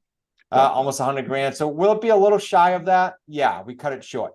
So who cares if it's 70 grand, right? Or whatever it is. It's okay. And it's a win for Rick because he gets a nice payday 3. So win, win, win. All right. Let's see. Oh, this is Rick. So I wanted you to hear from him. So this is the government guy. Hi, my name is Rick Abbiati, and I spent nearly 40 years as a defense contractor working in systems engineering and program management. About 10 years ago, I started looking at my retirement options and being able to do so comfortably. The idea of working into my 70s was not very appealing, so I invested in some other real estate coaching programs, but I was on my own to make it happen. There was striving for dollars and sending out direct mail and whatnot, but I was, again, on my own. That was until I ran into Chris and Zach, and I was introduced as Smart Real Estate Coach in 2021 through a webinar that they were doing. This is like no other program out there, and since I was introduced to this, there's been no turning back. The coaches are in the trenches with you and truly committed to your success. And the community of like-minded people is amazing. There are so many resources made available to us. My journey began with getting my feet wet with 90-day Jumpstart, and I immediately saw the success of others. And over the past couple of years, I've upgraded through the associate levels to high 6. Today, I'm a chairman and coach, and exactly 2 years after joining Smart Real Estate Coach, I retired on May 19th and thoroughly enjoying the freedom in coaching. Knowing what I know now, I would have upgraded to high 6 a lot sooner, but my first 4 deals in profit were 100,000 plus each deal, and just under $500,000 total paydays. The key is identifying what you want out of the business and just commit. Surround yourself with other like-minded people, following the path of those that have been successful, and totally immerse yourself into the coaching and everything that Smart Real Estate Coach has to offer, and you will be successful. That's all I did. People invest a lot of time and money in college education that takes years to pay off. Just commit 3 years to your future and be persistent, and you can't beat the return on investment. And that's about as excited as you're ever going to see him, even after he does a $100,000 deal, I promise you. But he's an awesome guy. All right, so will this work for you in your market? There are niches that rightfully so teach going into certain geographic areas, timing the market, et cetera, and that's legit. With this, no, you don't need to do that. It doesn't matter the price, the market condition, doesn't matter your area. You're going to be able to make this work. And I usually say within a 50-mile radius, because I can say that with predictability, because unless you're in some remote area, the size of these deals are big enough where most of you and your goals, including myself, would be fine doing the amount of deals you can pull out a 50-mile radius. But you can do it anywhere you want. Experience, I think we nailed that, guys. 99% of the people come into this community with no experience until recently. In Scott, communities that you know of, like the wholesalers and rehabbers, we are literally getting requests from big companies to either come to the events, or can you come teach us, or can we partner? Like, they're just dying to get in the creative space, not to mention all the wholesaling headaches that are going on right now. I had an attorney on my podcast, Gary Pickering, not too long ago. I think didn't even air yet. I think it's coming out this month. And he was talking about all states trying to do away with that. He's part of the legislation trying to stop it, but it's happening. So it's crazy right now. So they're all flocking to creative. Your timing is now. It really is. This is Link talking about experience. Had a medical company. He's sadly divorced now, but he had a medical company with his wife and had no real estate experience except for his own homes. And he in the community, I think, at least that I know of, has the most deals. I think it's like 30 deals, thereabouts. And he's at a little bit lower than average, but there's a lot of deals in that for the 68 grand. This was the house I showed you at the beginning. I told you I'd show you the numbers. This guy, I told you we make all our deals contingent upon finding a buyer. And usually a seller will say, well, how long? Like, how long do I got to give you? Like they would a realtor. And we usually say, well, give me 90 days or 120 days, because if it doesn't go by then, I don't want it anyway. You know, if I'm hearing crickets and no activity, I don't want it. Well, this gentleman, he's older, and Link asked him that. He said, I don't know, as long as it takes. I don't care if you have it for a year, just sell it. He was gone. This old guy. It was the first seller that I ever heard say that. This was a FSBO that he called. His VA did not call. He was newer at the time. He agreed on 175 equity. So this guy had a lot of equity in this home. He just wanted closure. And the balance on the loan at the beginning was 349. This is how the numbers played out. Sold this thing for 599. Payday one, nice 60 grand, did a good job, 10% down, all up front, not pay over time. And I'd say 50-50. Nick might know better, my son, but half of these come in up front, half, maybe a little less than half. And then the other ones are staggered over time, tax refunds, et cetera. So I remember getting excited every February or March because my spreadsheet would have like 100 to 225 grand in paydays due after tax refunds. That's pretty cool. Here's the spread every month. Big spread for Link in that area, actually. That was very high for him. Probably broke his average. And then the payday 3 looked like this. He had a nice markup. Principal pay down, not so great compared to the monthly cash flow. See, some of these, you can structure these deals according to how you like too. This one had high cash flow, just okay principal pay down, and a 45 grand payday 3. Nice spread though. If you look at that spread on the 3 different paydays, 155 grand, give or take. Probably a little more because of the principal pay down. Beautiful home, older gentleman, do what you want, take as long as you want. Just tell me when it's done. and when I can start getting my mortgage covered because I'm paying out of the pocket. Okay. So you got a question from somebody. So this guy walked from 150 grand in equity. He waited 6 months for it. There you go. Couldn't Okay. sell it. Couldn't get. Okay, so let's go back to that. So 175 grand equity Link promised him at the on or before 60 months. Why would sellers do this? Well, in this case, it was overpriced for the conventional market. Okay, it wasn't working. It was not happening. He was trying. I think before FSBO might even been expired. It had some history on it. It had some staleness. Okay, so he just said, "Look, I'm paying out of pocket, and I'd like to stop that bleeding, and I'd like to stop the maintenance. As soon as they turn it over, yes, they got to wait for the 175, but no more maintenance, no more payments, no more headaches. If you're dealing with someone that knows what the heck we're doing, I'm going to show you how to get certified, and some of you would choose to get accredited in the creative financing world." So that a seller sees you, meets you, and says, "You're it. I don't care who's calling me, you're it, because you're certified by Creative Financing Real Estate Association." That's going to be key for you. And that's what gave Lincoln, some of those students, the weight, especially when competition's starting to increase a little bit now. Because creative financing, the competition was nil until all this the craziness in the market. And you think about there's a lot of markets too that have those high-end homes that have just been sitting. I think of Phoenix or Scottsdale area that's got a huge amount of these higher valued homes. There's a ton of equity, and the borrowers are willing, or the owners are willing to get creative because there's no other solutions for them. And they'll wait for their equity because they've been waiting for 6 months or a year or longer, and the property's been sitting out there, and they've been paying that mortgage payment, paying the taxes, paying the upkeep. If you don't get what you don't ask for. And that's the thing, is just setting up, hey, we can help you. Give me 90 to 120 days to help you, and you'll get your payday in 3, 4, 5 years. Can you imagine, Scott, now you said that, you're sitting on a high-end home and you're trying to sell this thing. What happened to your buyer pool when the rates just doubled? I mean, it's crazy. Crazy. Yeah.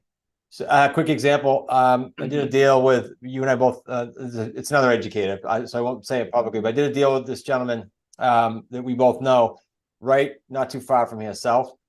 3.2 million on gorgeous on the water. He was a sports agent. And we structured a deal, and he's like, "I can't sell this thing." So I've been like Airbnb and playing around with it. We structured a deal where we would go into purchase and sales agreement with him for owner financing. But the intent, we told him right up front, was to find someone else, because there are a lot of people, and then just to sign him our deal, there are a lot of people, buyers in the high end that despise banks like us. I love them. They just don't want to deal with them. So they want an owner financing long-term deal. All the higher end is actually easier to operate because of that. Crazy. Yeah, you're dealing with more knowledgeable people, accredited buyers in a lot of cases, and they are easy to deal with it because it's not like the last 5 or 10 grand of buying their first house in a lot of cases. Yeah, there's less everything. There's less drama. There's less confusion. Yep. Now I'll throw Kyle said a drink with a fire hose with this data, but I'm going to throw a twist at you. So instead of just doing 3 paydays, I mentioned earlier that I took that sandwich lease, my very first deal, turned it into a sub 2, and now own it forever. That's what I call kind of a 4th payday, right? Because it pays you for life. Here are some ideas.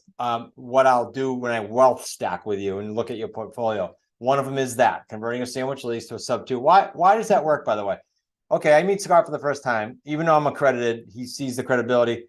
He's like, "Yeah, I don't want to turn my house over deed, but I'll do that lease thing." Okay, so now I pay Scott's payment for, let's say, a year.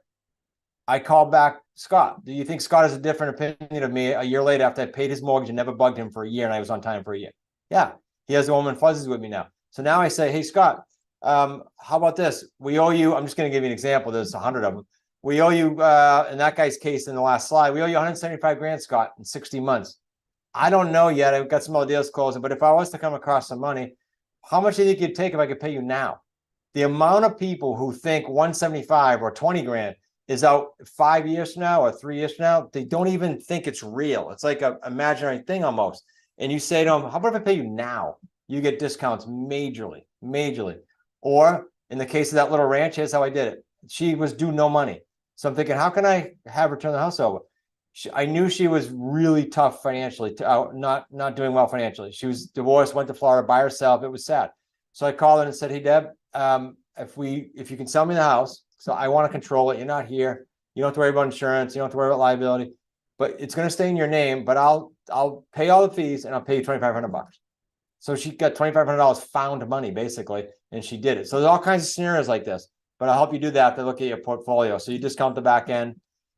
Early principal pay down. The deal I showed you that Nick and I did with the gentleman whose dad had all of the property and then he sold to us. What we did with that one is we said, okay, it was all owner financing. So the note was 48 months. About the second year in, we wrote an email to a bunch of people, not just him, during the holidays for obvious reasons. And we said, hey, what if we pay you $6,000 principal towards that back end that's due in 4 years, probably 3 years at that time. And by doing that, you give us a year extension. So we give you some cash. It's principal pay down, but we give you some cash up front and you extend us a year. They said, sure. The next year we wrote to them again, did it again. So now the deal went from 4 to 5 to 6 years. Then the third time they emailed us, hey, can we do that thing again? Because they like the cash, they were retired. Dak said, my son-in-law, hey, why don't you try, I wish I could take credit for it. Why don't you try telling them we want to extend it for 20 years and we'll give them a little interest because it was interest-free so far. We did, and their accountant loved it. I got an email back from their accountant. We did like 4.1 or 4.2 back then, amortized it over 30 with a balloon at 20 and extended that. That deal went from 4 to 6 to whatever, 20-something years. Now, we cashed out earlier, but we had that option to keep going. Just deal after the deal. Add interest for an extension or principal payment. We did both. I don't know if you have any questions because we did a few slides ago. We do have a couple questions. Joy asked the question, should we stay local on where we live when we're doing this? Joy, I prefer you do, but let me give you some caveats. The reason I do is I think, depending on your goals, we don't know each other yet, but I think that you could accomplish your goals locally and make it just hassle-free. However, when my dad lived in Portsmouth, New Hampshire, I had my VA pull some properties up that way. Why? I just want an excuse to go visit them more. So there's always exceptions. My parents are now in Florida. Do I need a reason to go down there and write it off as a business expense? Yeah, so I just may do some properties there. During COVID, we had a woman that lived in New York, but she grew up in Jacksonville, Florida. She did her first 2 deals in Jacksonville over the phone. So there's always exceptions. But generally speaking, yeah, I'd rather you stay local.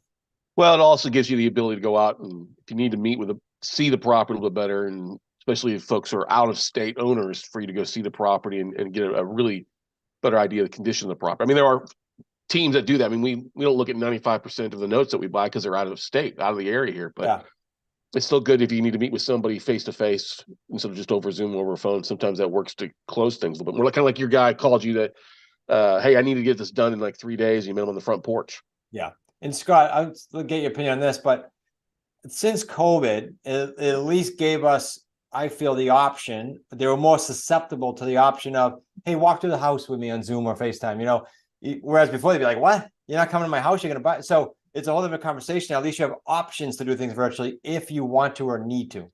Yeah, totally. I mean, much more people, hey, let's FaceTime, flip the camera around, let's walk through slowly while you're talking to them. Yeah, it's not that difficult. It's nice to meet in person if you can, but I start with one market and start building your team locally or start working locally to get it before you start branching out in 20 different markets. For the most part, makes things a whole lot easier because then you have an attorney in that state. Yeah. And other folks. And when you're marketing for buyers, are local too for you. Easier to do. Here's one more twist. Then we'll get into, I got some cool variables to show you.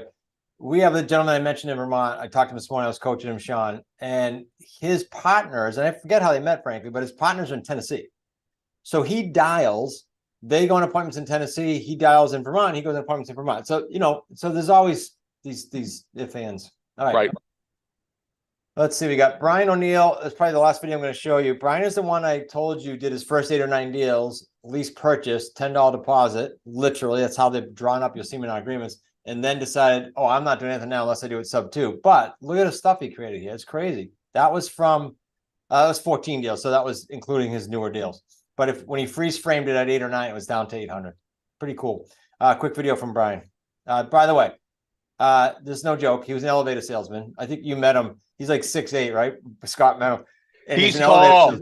I call him like the human javelin. He is tall, definitely. So no experience. He'll tell you his only experience with the house was his own house that he lost money on. He's like, I wish I knew how to do this because he got, as he says, screwed over. Okay, quick video. Hey guys, Brian O'Neill here. And before I joined Smart Real Estate Coach, I was in corporate sales for 25 years. I worked for the same job for 17 years, selling elevators, nothing related to real estate. I was traveling 100,000 miles a year. I was away from my young son and my wife, And I had always wanted to start my own business. I'd always wanted to get into real estate. I just didn't know what to do. I didn't know where to go. I was scared. I was scared of making mistakes. I was afraid. I was afraid of failing. I was afraid of letting my family down. And that's when I found Smart Real Estate Coach. I found Chris, I found Zach, I found Nick, and they took me in. I joined the community, and I checked my ego at the door. And my journey was basically everything that they told me to do, right? So they coached me. Who am I to tell them what I know about real estate? Hadn't done any deals. They had done a bunch of deals. So I said, look, I'm coming in here. I'm going to surrender. I'm going to do exactly what they tell me to do. And that's what I did. And after trying to leave my W-2 job on my own with no help for the better part of 10 years, I came to Smart Real Estate Coach, and with the help of Chris and Zach and Nick and the entire community, because that's what this is, a community, I was able to leave that job in 9 months. I've created over $1 million in all 3 paydays.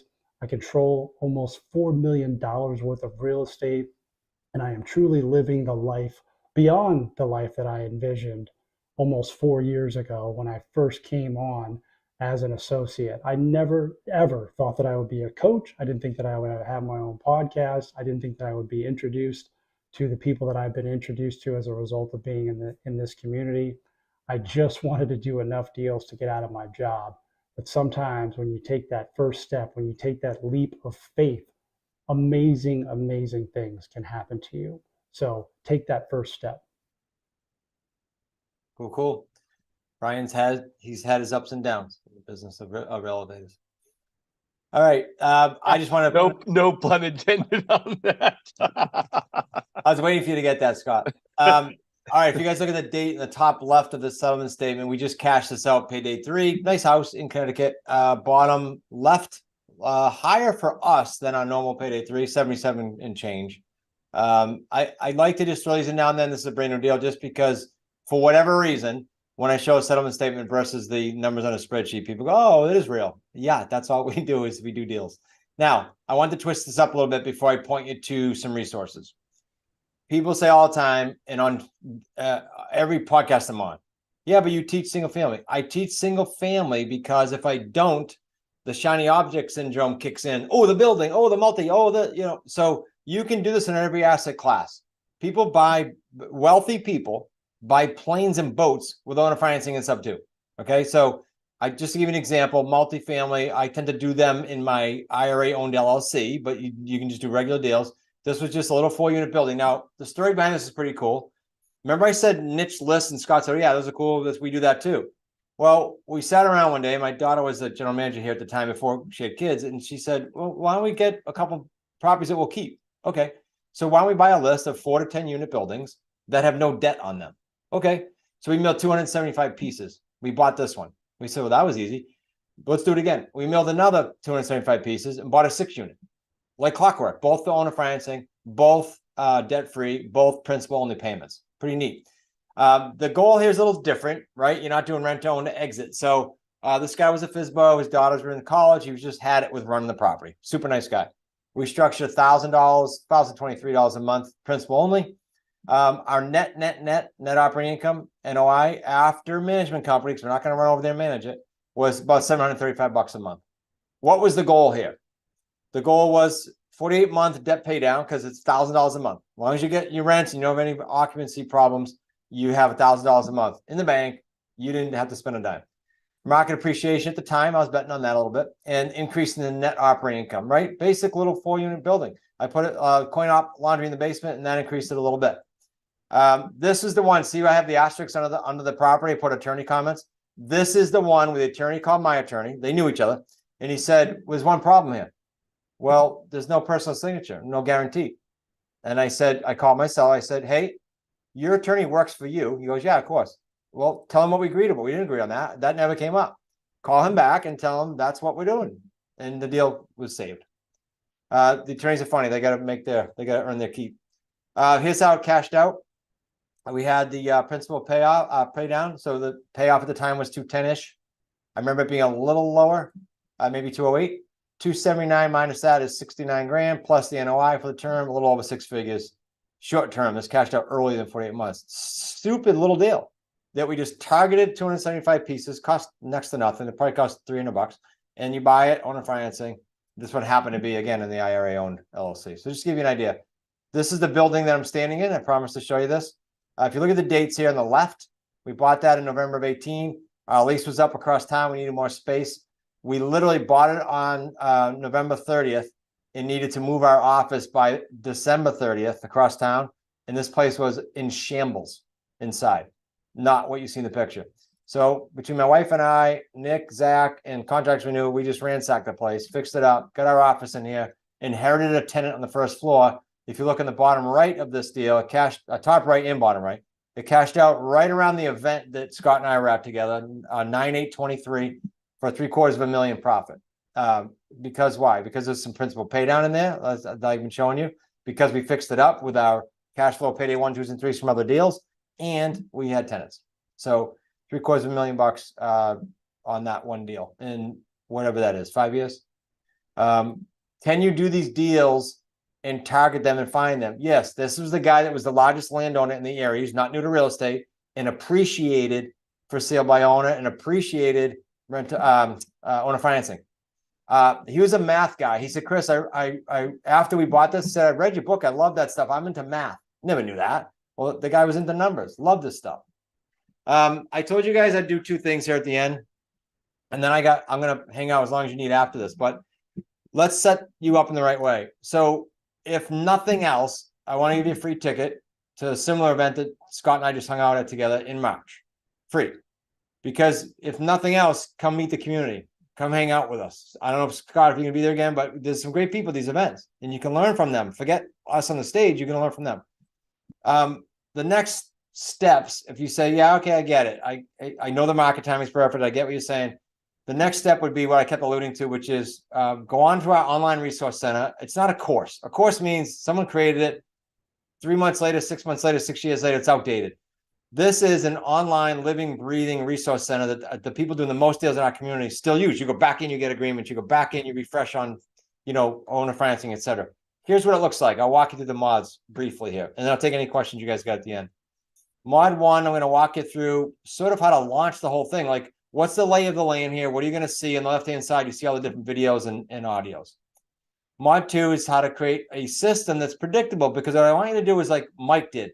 I want you to say, hey, Chris, or team, here's my goals, here's the time frame, here's how much time I have. Does that work? Okay, great. Until you have your own metrics with how many dials you have to do or your virtual assistant has to do, you're going to borrow hours. I give you the numbers in here. I give you the basic, like, what are the metrics, and then we'll set up your plan. After year 1, you have a predictable plan. There are people in our community right now with business plans for 24 that I can tell you, unless some life event happens, they'll nail it like within pennies because it's that predictable. Mod 3 is going to walk you through.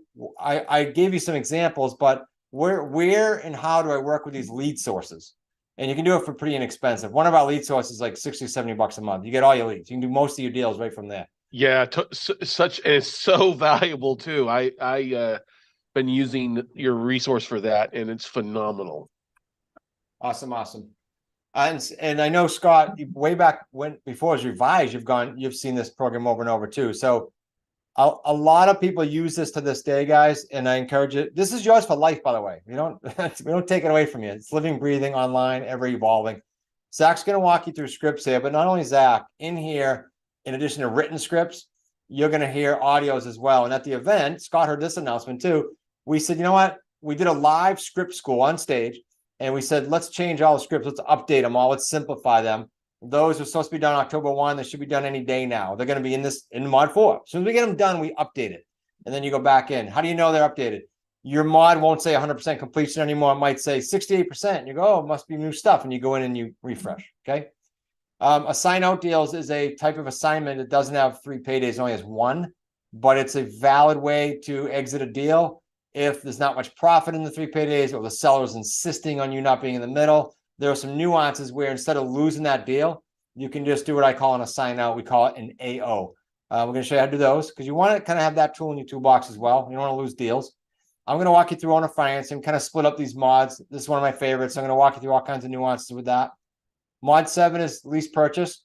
So you can see a mutual contact, I'll call this person a contact in the industry that Scott and I know, said to me a couple of things. He said, hey, why don't you cut these modules into all different courses and sell them all? I said, if I was into selling product, that's what I would do. I'm into doing deals. I want them all in one place. I want people to go through them. So you can see where our flavor is. It's all about doing deals. Second thing he said, by the way, is you'll love this, Scott.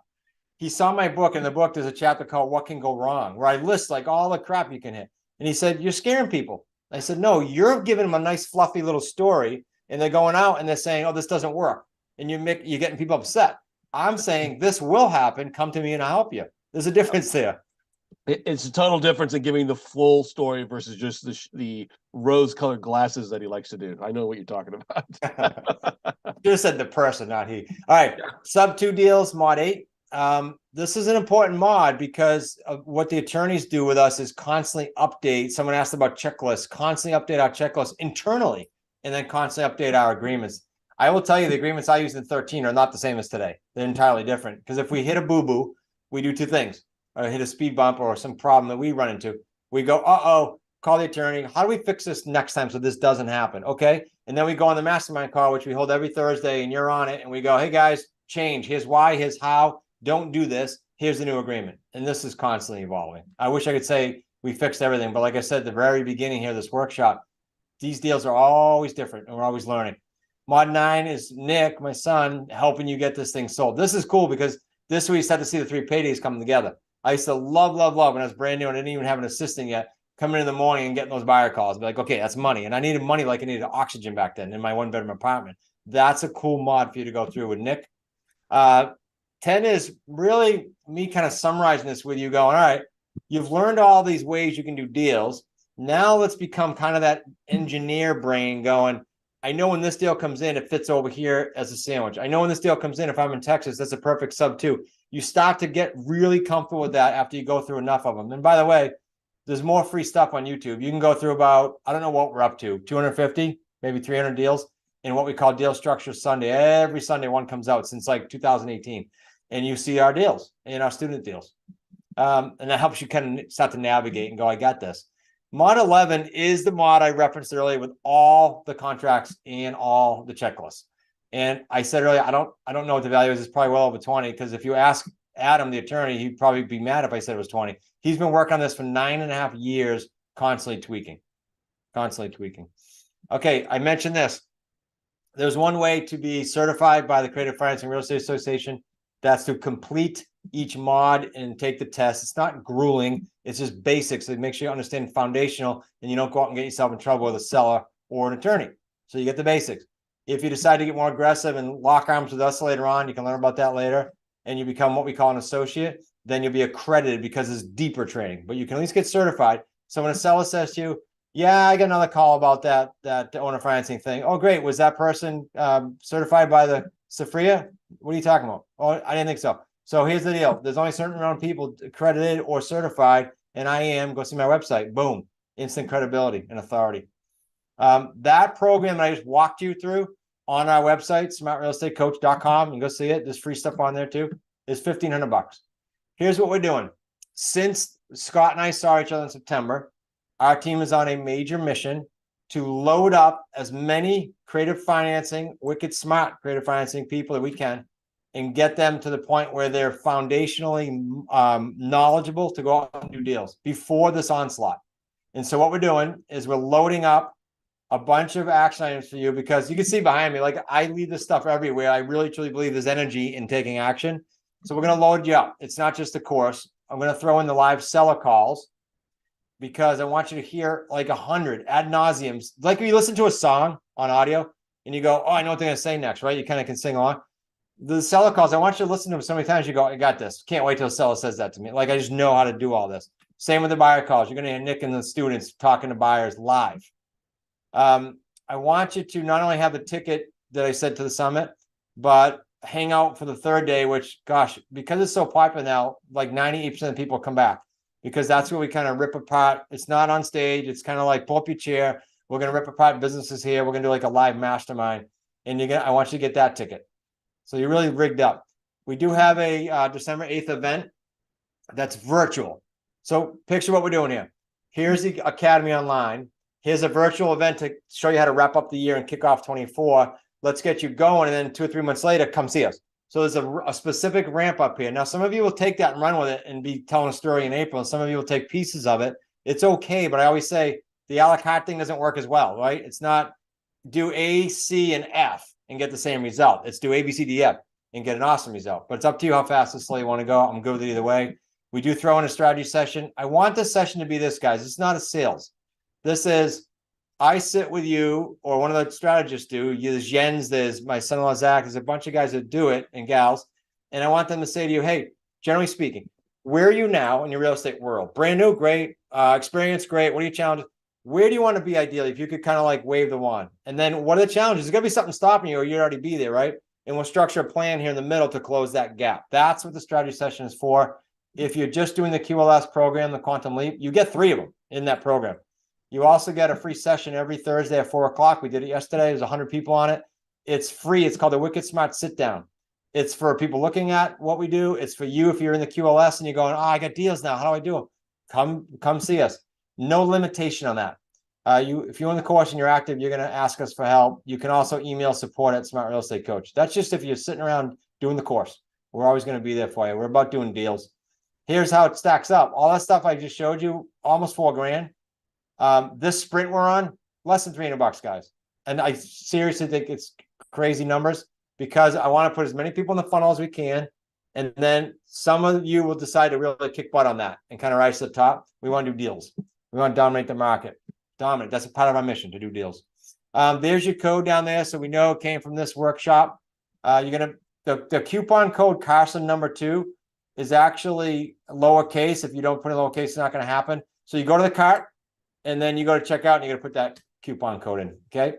How it works is you're going to get a call and somebody will set up a strategy call with you. You'll have instant access online, however, to all the courses.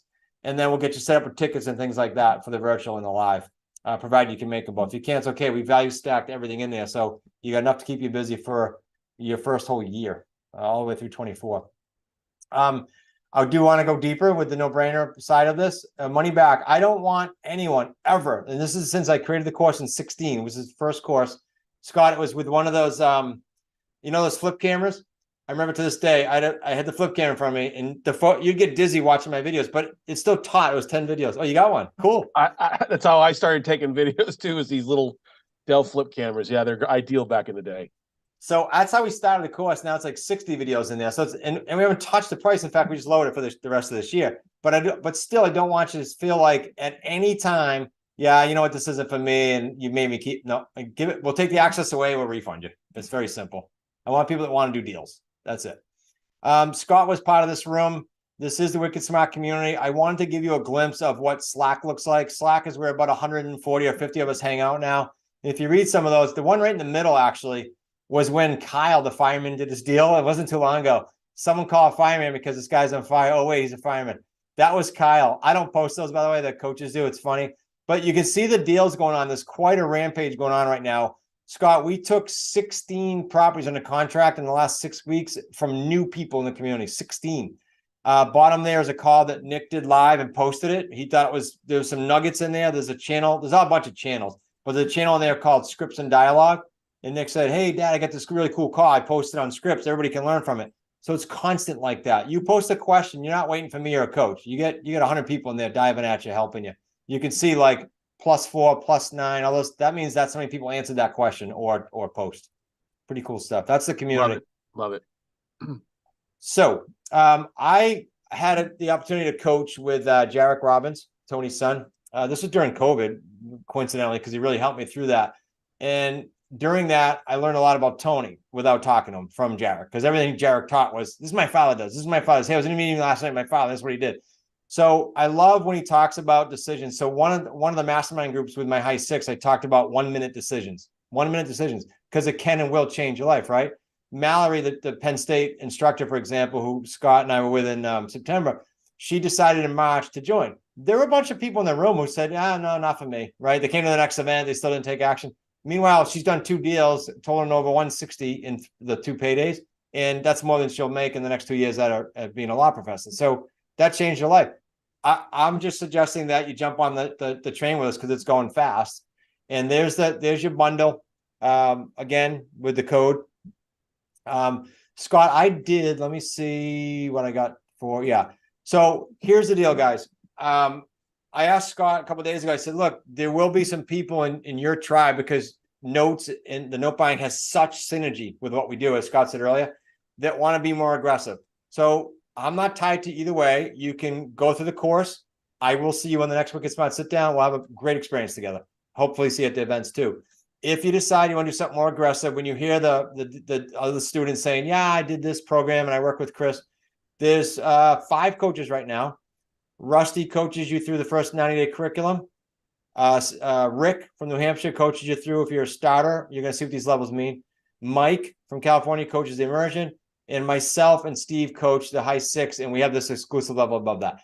If you want to kind of dip your toe in the water with group coaching, we have that. That's not so aggressive, but it's kind of in the middle of doing the course by yourself and doing it very aggressive. And you can just apply. There's 0 commitment, but it is by application. You can take a peek there. Those are all the levels, and you can apply by just /apply Carson. Again, I'm not tied to it, guys. I'm looking for people that want to do transactions. There's a home here for every single person. That's why we did it. We never had the 3-month and the 6-month. And literally before COVID, Zach walked in this office, my son-in-law, and said, hey, I got an idea. We got to be able to capture more people that want to dip their toe in the water and see what this community is about. And that's when we created that. This other stuff comes about, just trying to fill a gap. So you can apply, or you can just go through the course yourself and then decide down the road. That's good too. Either way is great. Scott, I don't know if you want to go back to any pieces or take questions, either one. I just want to bring up, my folks that know me know that I'm very particular about how we bring who we bring on, that I don't recommend just any willy-nilly individual out there. I'm very particular. That's why I flew out to Newport, Rhode Island, spent a couple days with you and got the chance to meet the team. And we've known each other for a couple of years now and stuff, and seen how the stuff works. And I hung out with Brian and hung out with Zach and everybody there for you. You guys, you realize this is an amazing opportunity for you to take advantage of what's going on in the market. Because I see the thing that's most frustrating for me as an investor and educator is when I teach people and they don't take action. And I know, Chris, you're the same way. You want people doing deals. And I get sometimes it's I have a difficult time raising capital. Okay, that's fine. Here's an opportunity where you can still be diving in and doing deals and not having to raise product capital and taking these deals over, because there's so much of us, as Chris mentioned. So 65% of the mortgages out there at 4% or below. That's like free money. And when you look at expired listings or withdrawals or for sale by owners or foreclosures, you've got such a huge amount of potential opportunities in your market or around you 50 miles. And then add in, if you're a note investor already, of lists that you get in that hedge funds and things are sending out. I love that because I can see what interest rates at. I can see what they owe. And I know that if I can't buy that note at the right price, I know I could probably get it over subject to by working with a borrower to create a win-win solution, and then maybe even negotiate better terms on the back with the bank because of being in the note business. So this is an opportunity. You didn't have to, amazing price at $297 for everything included, the Quantum Leap system, the live calls. You guys all know that live calls are the best way to learn because it's great. The live buyer calls, the ticket to the virtual event on December 8th is a great way for you to start ramping up. VIP ticket to the summit in March. What a great way to end up the first quarter as you start taking some action. And then a free session call with your strategy experts, guys. That's worth a whole lot more than $4,000. I'll tell you that right now.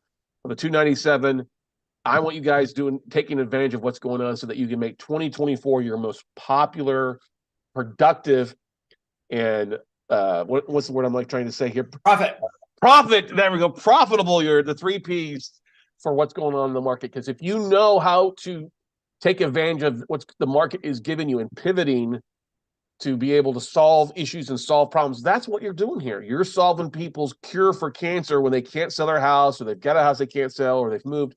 You've got some options besides just go sell your property. Well, we know that's not working.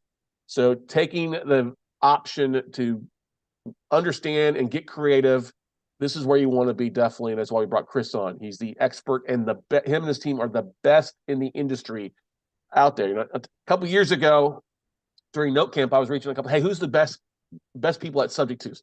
Chris's name came up 4 or 5 times from people I highly respect. I was like, that's got to be the guy, and that's why he's here today. I appreciate it, Scott. You made me think of something when you talked about the conditions of the market, and something I call a perfect triangle. I don't know if I talk about this at the event, but we have a chance. When you said sadly people are hurting, right? Behind the scenes, we have a chance to really, I'll call it a movement, but it's just the perfect triangle if you can picture it. One side is where you can start to affect lives, right? So you're kind of part of that. And when you start dipping into financially, when you're affecting lives, but financial comes into it, it's a whole different ball game. And then when you can create wealth, now you're affecting generations of people you helped. You're affecting their pocketbook, and now you're affecting you and your family generational. That's sort of a perfect triangle. The market's driving that right now, and creative financing is the recipient of it.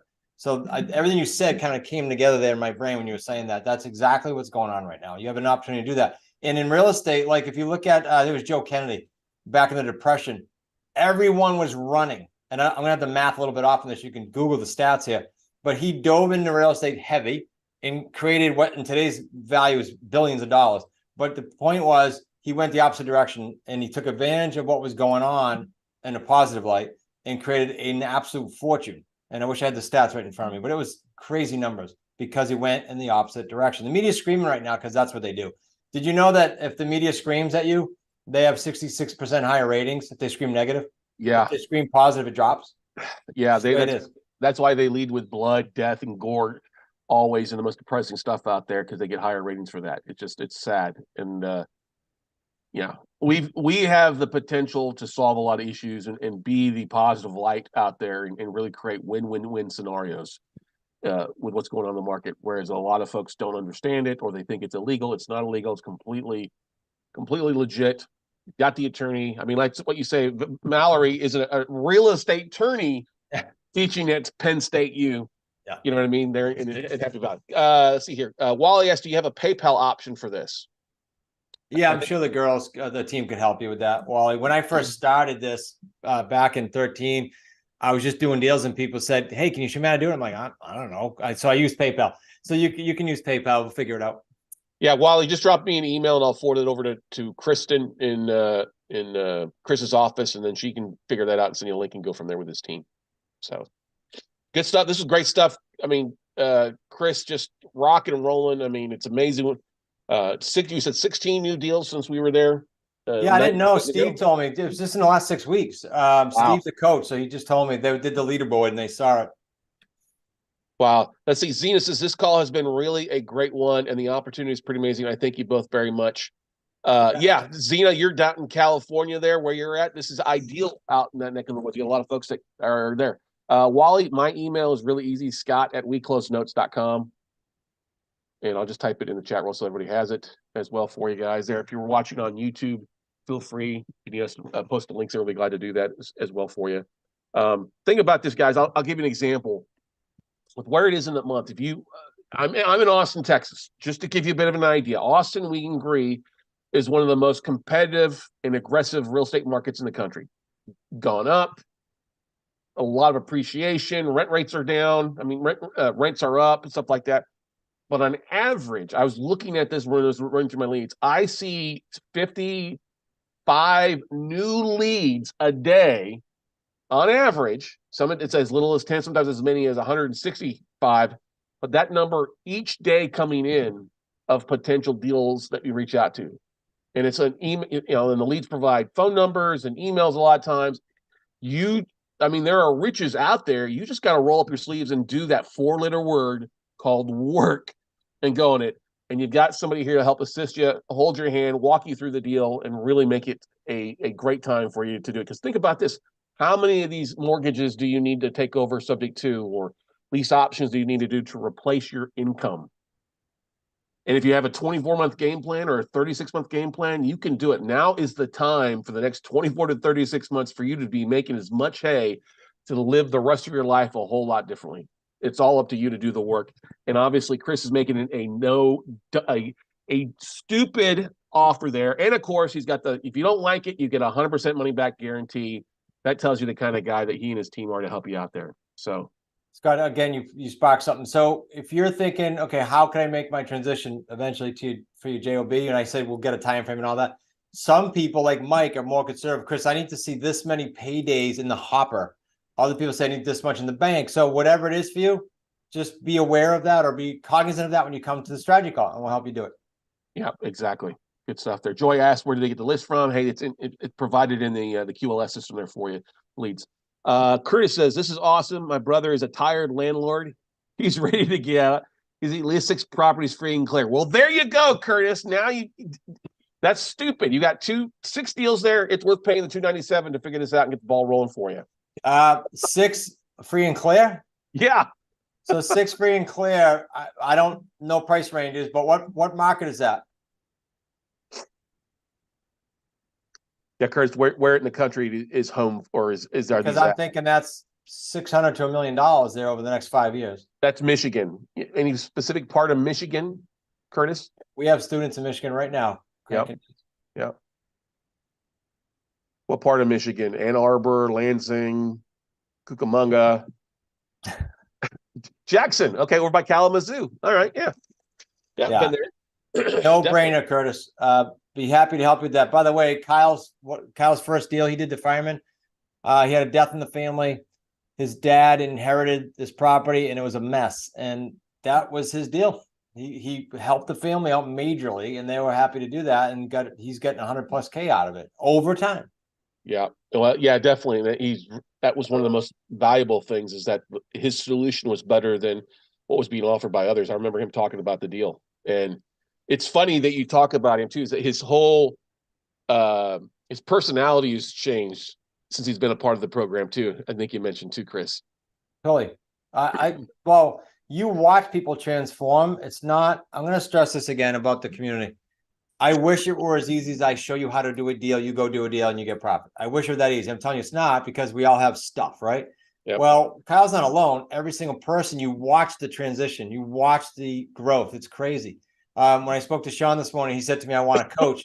I said, Sean, you're one of the most coachable people I ever knew, and you grew the fastest from anyone I ever knew. So you can see the mental growth, and your life becomes better, not just your real estate deal. Yeah, it totally does.